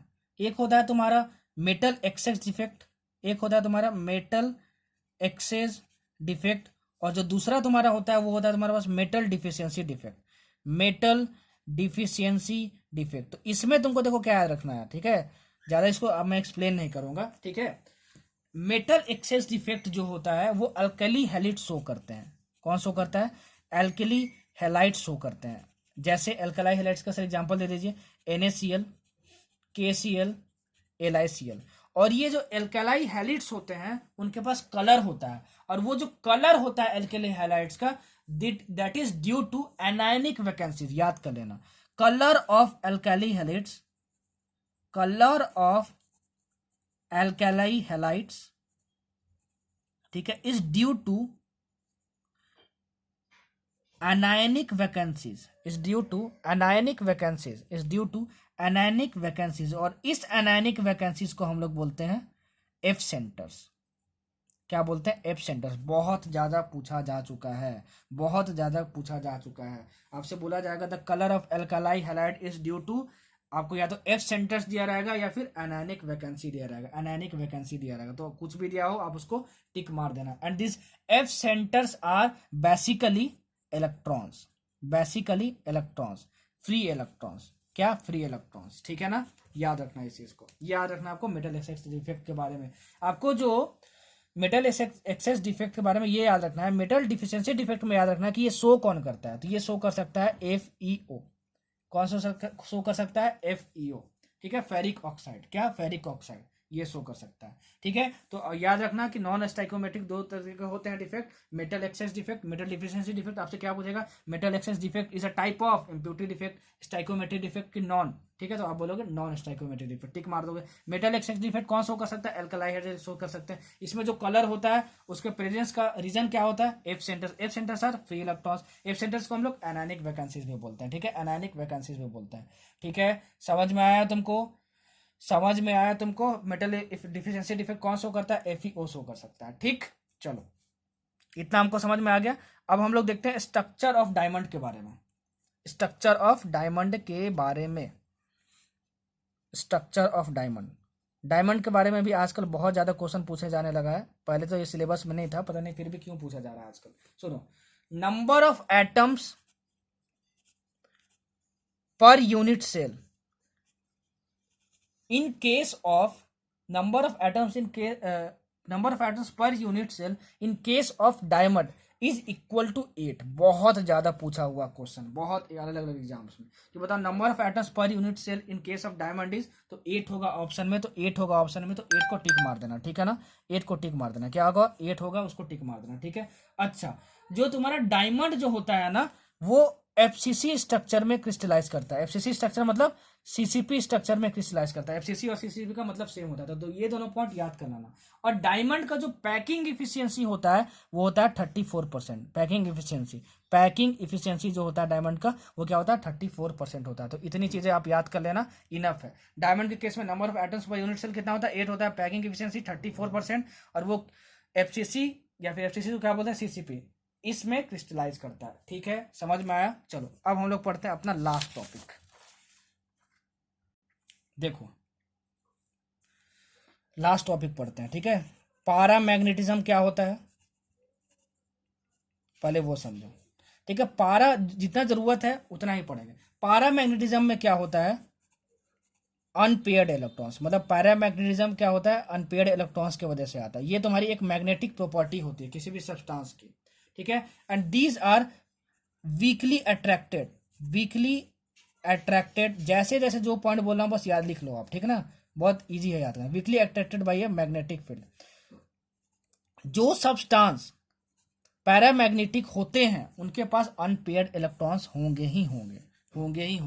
जैसे Cu2+ हो गया, उसका आप इलेक्ट्रॉनिक कन्फिग्रेशन लिख के देखना, ठीक है ना। आपके पास Fe3+ हो गया, ठीक है, और Cr3+ हो गया। इसका आप क्या करना है इलेक्ट्रॉनिक कन्फिग्रेशन लिख के देखना। मैंने सिखा चुका इलेक्ट्रॉनिक कन्फिग्रेशन लिखना। आप देखोगे उसमें अनपेयर्ड इलेक्ट्रॉन्स होंगे। तो अनपेयर्ड इलेक्ट्रॉन्स जिसमें जिसमें आएंगे, ठीक है, वो क्या होगा, वो सब्सटेंस क्या होगा पारामैग्नेटिक होगा। और वो कौन सा प्रॉपर्टी को डिनोट करेगा पारामैग्नेटिज्म को करेगा, ठीक है। ये हुआ हमारा पारामैग्नेटिज्म। सेकंड, डाई मैग्नेटिक सब्सटेंसेस, ये क्या होता है, या फिर आप इसको बोल लो डाईमैग्नेटिज्म, इस प्रॉपर्टी को। तो इसमें क्या होता है नो अनपेयर्ड इलेक्ट्रॉन्स, ठीक है। आपको क्या क्वेश्चन में आएगा पता है आपको, क्वेश्चन में आपको दिया रहेगा एलिमेंट, आपको बोलेगा बताओ पैरामैग्नेटिक है डाईमैग्नेटिक है। तो ये तो आप केमिकल बॉन्डिंग में भी सीख लिए होगे और कोऑर्डिनेशन कंपाउंड में भी सीख लिए होगे, ठीक है। तो इसमें नो अनपेयर्ड इलेक्ट्रॉन्स होते हैं। और जो डाईमैग्नेटिक सब्सटेंस होते हैं that are weakly repelled by magnetic field, मतलब मैग्नेटिक फील्ड में रखोगे, ठीक है, तो वो क्या होगा रिपेल होगा, और बहुत ही कमजोर तरीके से रिपेल होगा। ये याद रखना, जो जो पॉइंट याद करने लायक है वही मैं आपको बता रहा हूँ, ठीक है। समझ में आया आपको। तीसरी चीज फेरोमैग्नेटिज्म। देखो इसमें क्या है याद रखना है, फेरोमैग्नेटिज्म जो है वो कौन कौन से सब्सटेंस शो कर सकते हैं, तो वो कर सकता है CrO2, ठीक है, आयरन, कोबाल्ट, ठीक है। ये 3 एग्जांपल आप याद रखना। ये जो पार्टिकुलर एग्जांपल है बहुत बार पूछा जा चुका है। बताओ कि CrO2 जो तुम्हारा है वो कौन से टाइप का मैग्नेटिक प्रॉपर्टी शो करता है। तो फेरोमैग्नेटिज्म जो होगा आप क्या करोगे उसको टिक मार दोगे, किसको फेरोमैग्नेटिज्म को। अब फेरोमैग्नेटिज्म के अंदर जो सब्सटेंस होते हैं, फेरोमैग्नेटिक सब्सटेंस होता है, उसके अंदर में कुछ डोमेन्स नाम का चीज पाया जाता है। उसको मैं एक्सप्लेन नहीं कर रहा हूँ, बस इतना समझ लो। फेरोमैग्नेटिक सब्सटेंस में डोमेन्स नाम का चीज कोई अंदर में पाया जाता है। उनके जो डोमेन्स होते हैं वो इस तरीके से होते हैं। तो आपको कभी भी डोमेन्स ऑफ मैग्नेटिक सब्सटेंस तुमको ऐसे शो किया हो, आप बोलेगा बताओ कौन सा सब्सटेंस है ये, तो आप बोलोगे फेरोमैग्नेटिज्म, मतलब शो करेगा ये फेरोमैग्नेटिक सब्सटेंस है, ठीक है। चौथा चौथा है आपका एंटी फेरोमैग्नेटिज्म,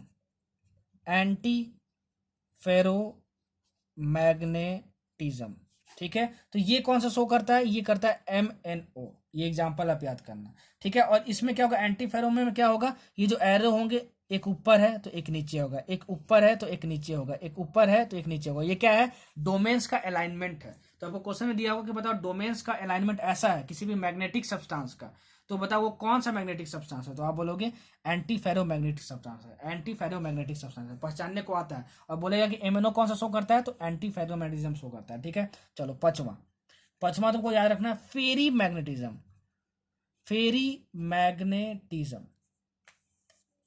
फेरीमैग्नेटिज्म। ये शो करता है तुम्हारा Fe3O4। इसको हम लोग बोलते हैं मैग्नेटाइट।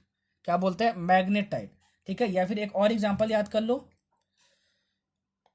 ZnFe2O4 एंड MgFe2O4, ठीक है। तो आपको दिया रहेगा बताओ Fe3O4, ठीक है, कौन सा प्रॉपर्टी शो करता है मैग्नेटिक सब्सटेंस की? आप बोलोगे फेरी मैग्नेटिज्म। यहाँ पे आई है और यहाँ पे ओ है, ध्यान में रखना, ठीक है। और इसका अलाइनमेंट कैसा होता है, देखो इसका अलाइनमेंट कैसा होता है, देखो इसका अलाइनमेंट होता है तुम्हारा, जैसे मान लो दो ऊपर है तुम्हारे, ठीक है, एक नीचे हो गया, दो ऊपर है फिर एक नीचे हो गया, ठीक है।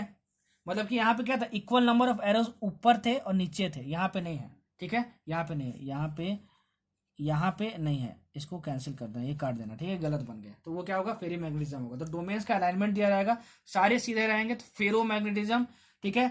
अगर एक ऊपर एक नीचे, एक ऊपर एक नीचे रहेगा तो एंटी फेरोमैग्नेटिज्म, ठीक है। फेरी मैग्नेटिज्म में क्या होगा तुम्हारा, दो ऊपर एक नीचे, दो ऊपर एक नीचे। अभी दो ऊपर नहीं जरूरी है, तीन ऊपर एक नीचे, तीन ऊपर एक नीचे, ऐसे भी तुम्हारा हो सकता है। मतलब अनइक्वल होने चाहिए, एरो जितने ऊपर है उतने एरो नीचे नहीं होने चाहिए, जितने एरो ऊपर हैं उतने एरो नीचे हुए, मतलब वो एंटी फेरोमैग्नेटिज्म का होगा। और CrO2 पे बहुत ज्यादा पूछ चुका है और MnO पे, तो बताओ ये कंपाउंड जो है वो कौन से प्रॉपर्टी शो करता है? तो आप बोलोगे CrO2 फेरोमैग्नेटिज्म, और MnO कौन क्या करता है, एंटी फेरोमैग्नेटिज्म। समझे, ठीक है।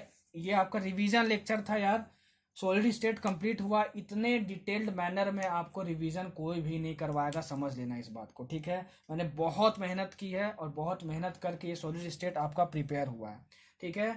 प्लीज़ मैं आपसे रिक्वेस्ट करता हूँ कि वीडियो को ज़्यादा से ज़्यादा शेयर करो। आज का इस वीडियो पे टारगेट है एक दिन में 15,000 व्यूज़, ठीक है, और 1,000 लाइक्स और 500 कमेंट। प्लीज़ उसको दे देना, मेरे को आपकी तरफ से बस इतना ही चाहिए। वीडियो पसंद आए प्लीज़ लाइक जरूर कर जाना, ठीक है।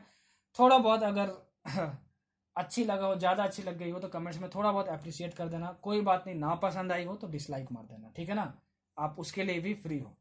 So thank you so much for listening this lecture.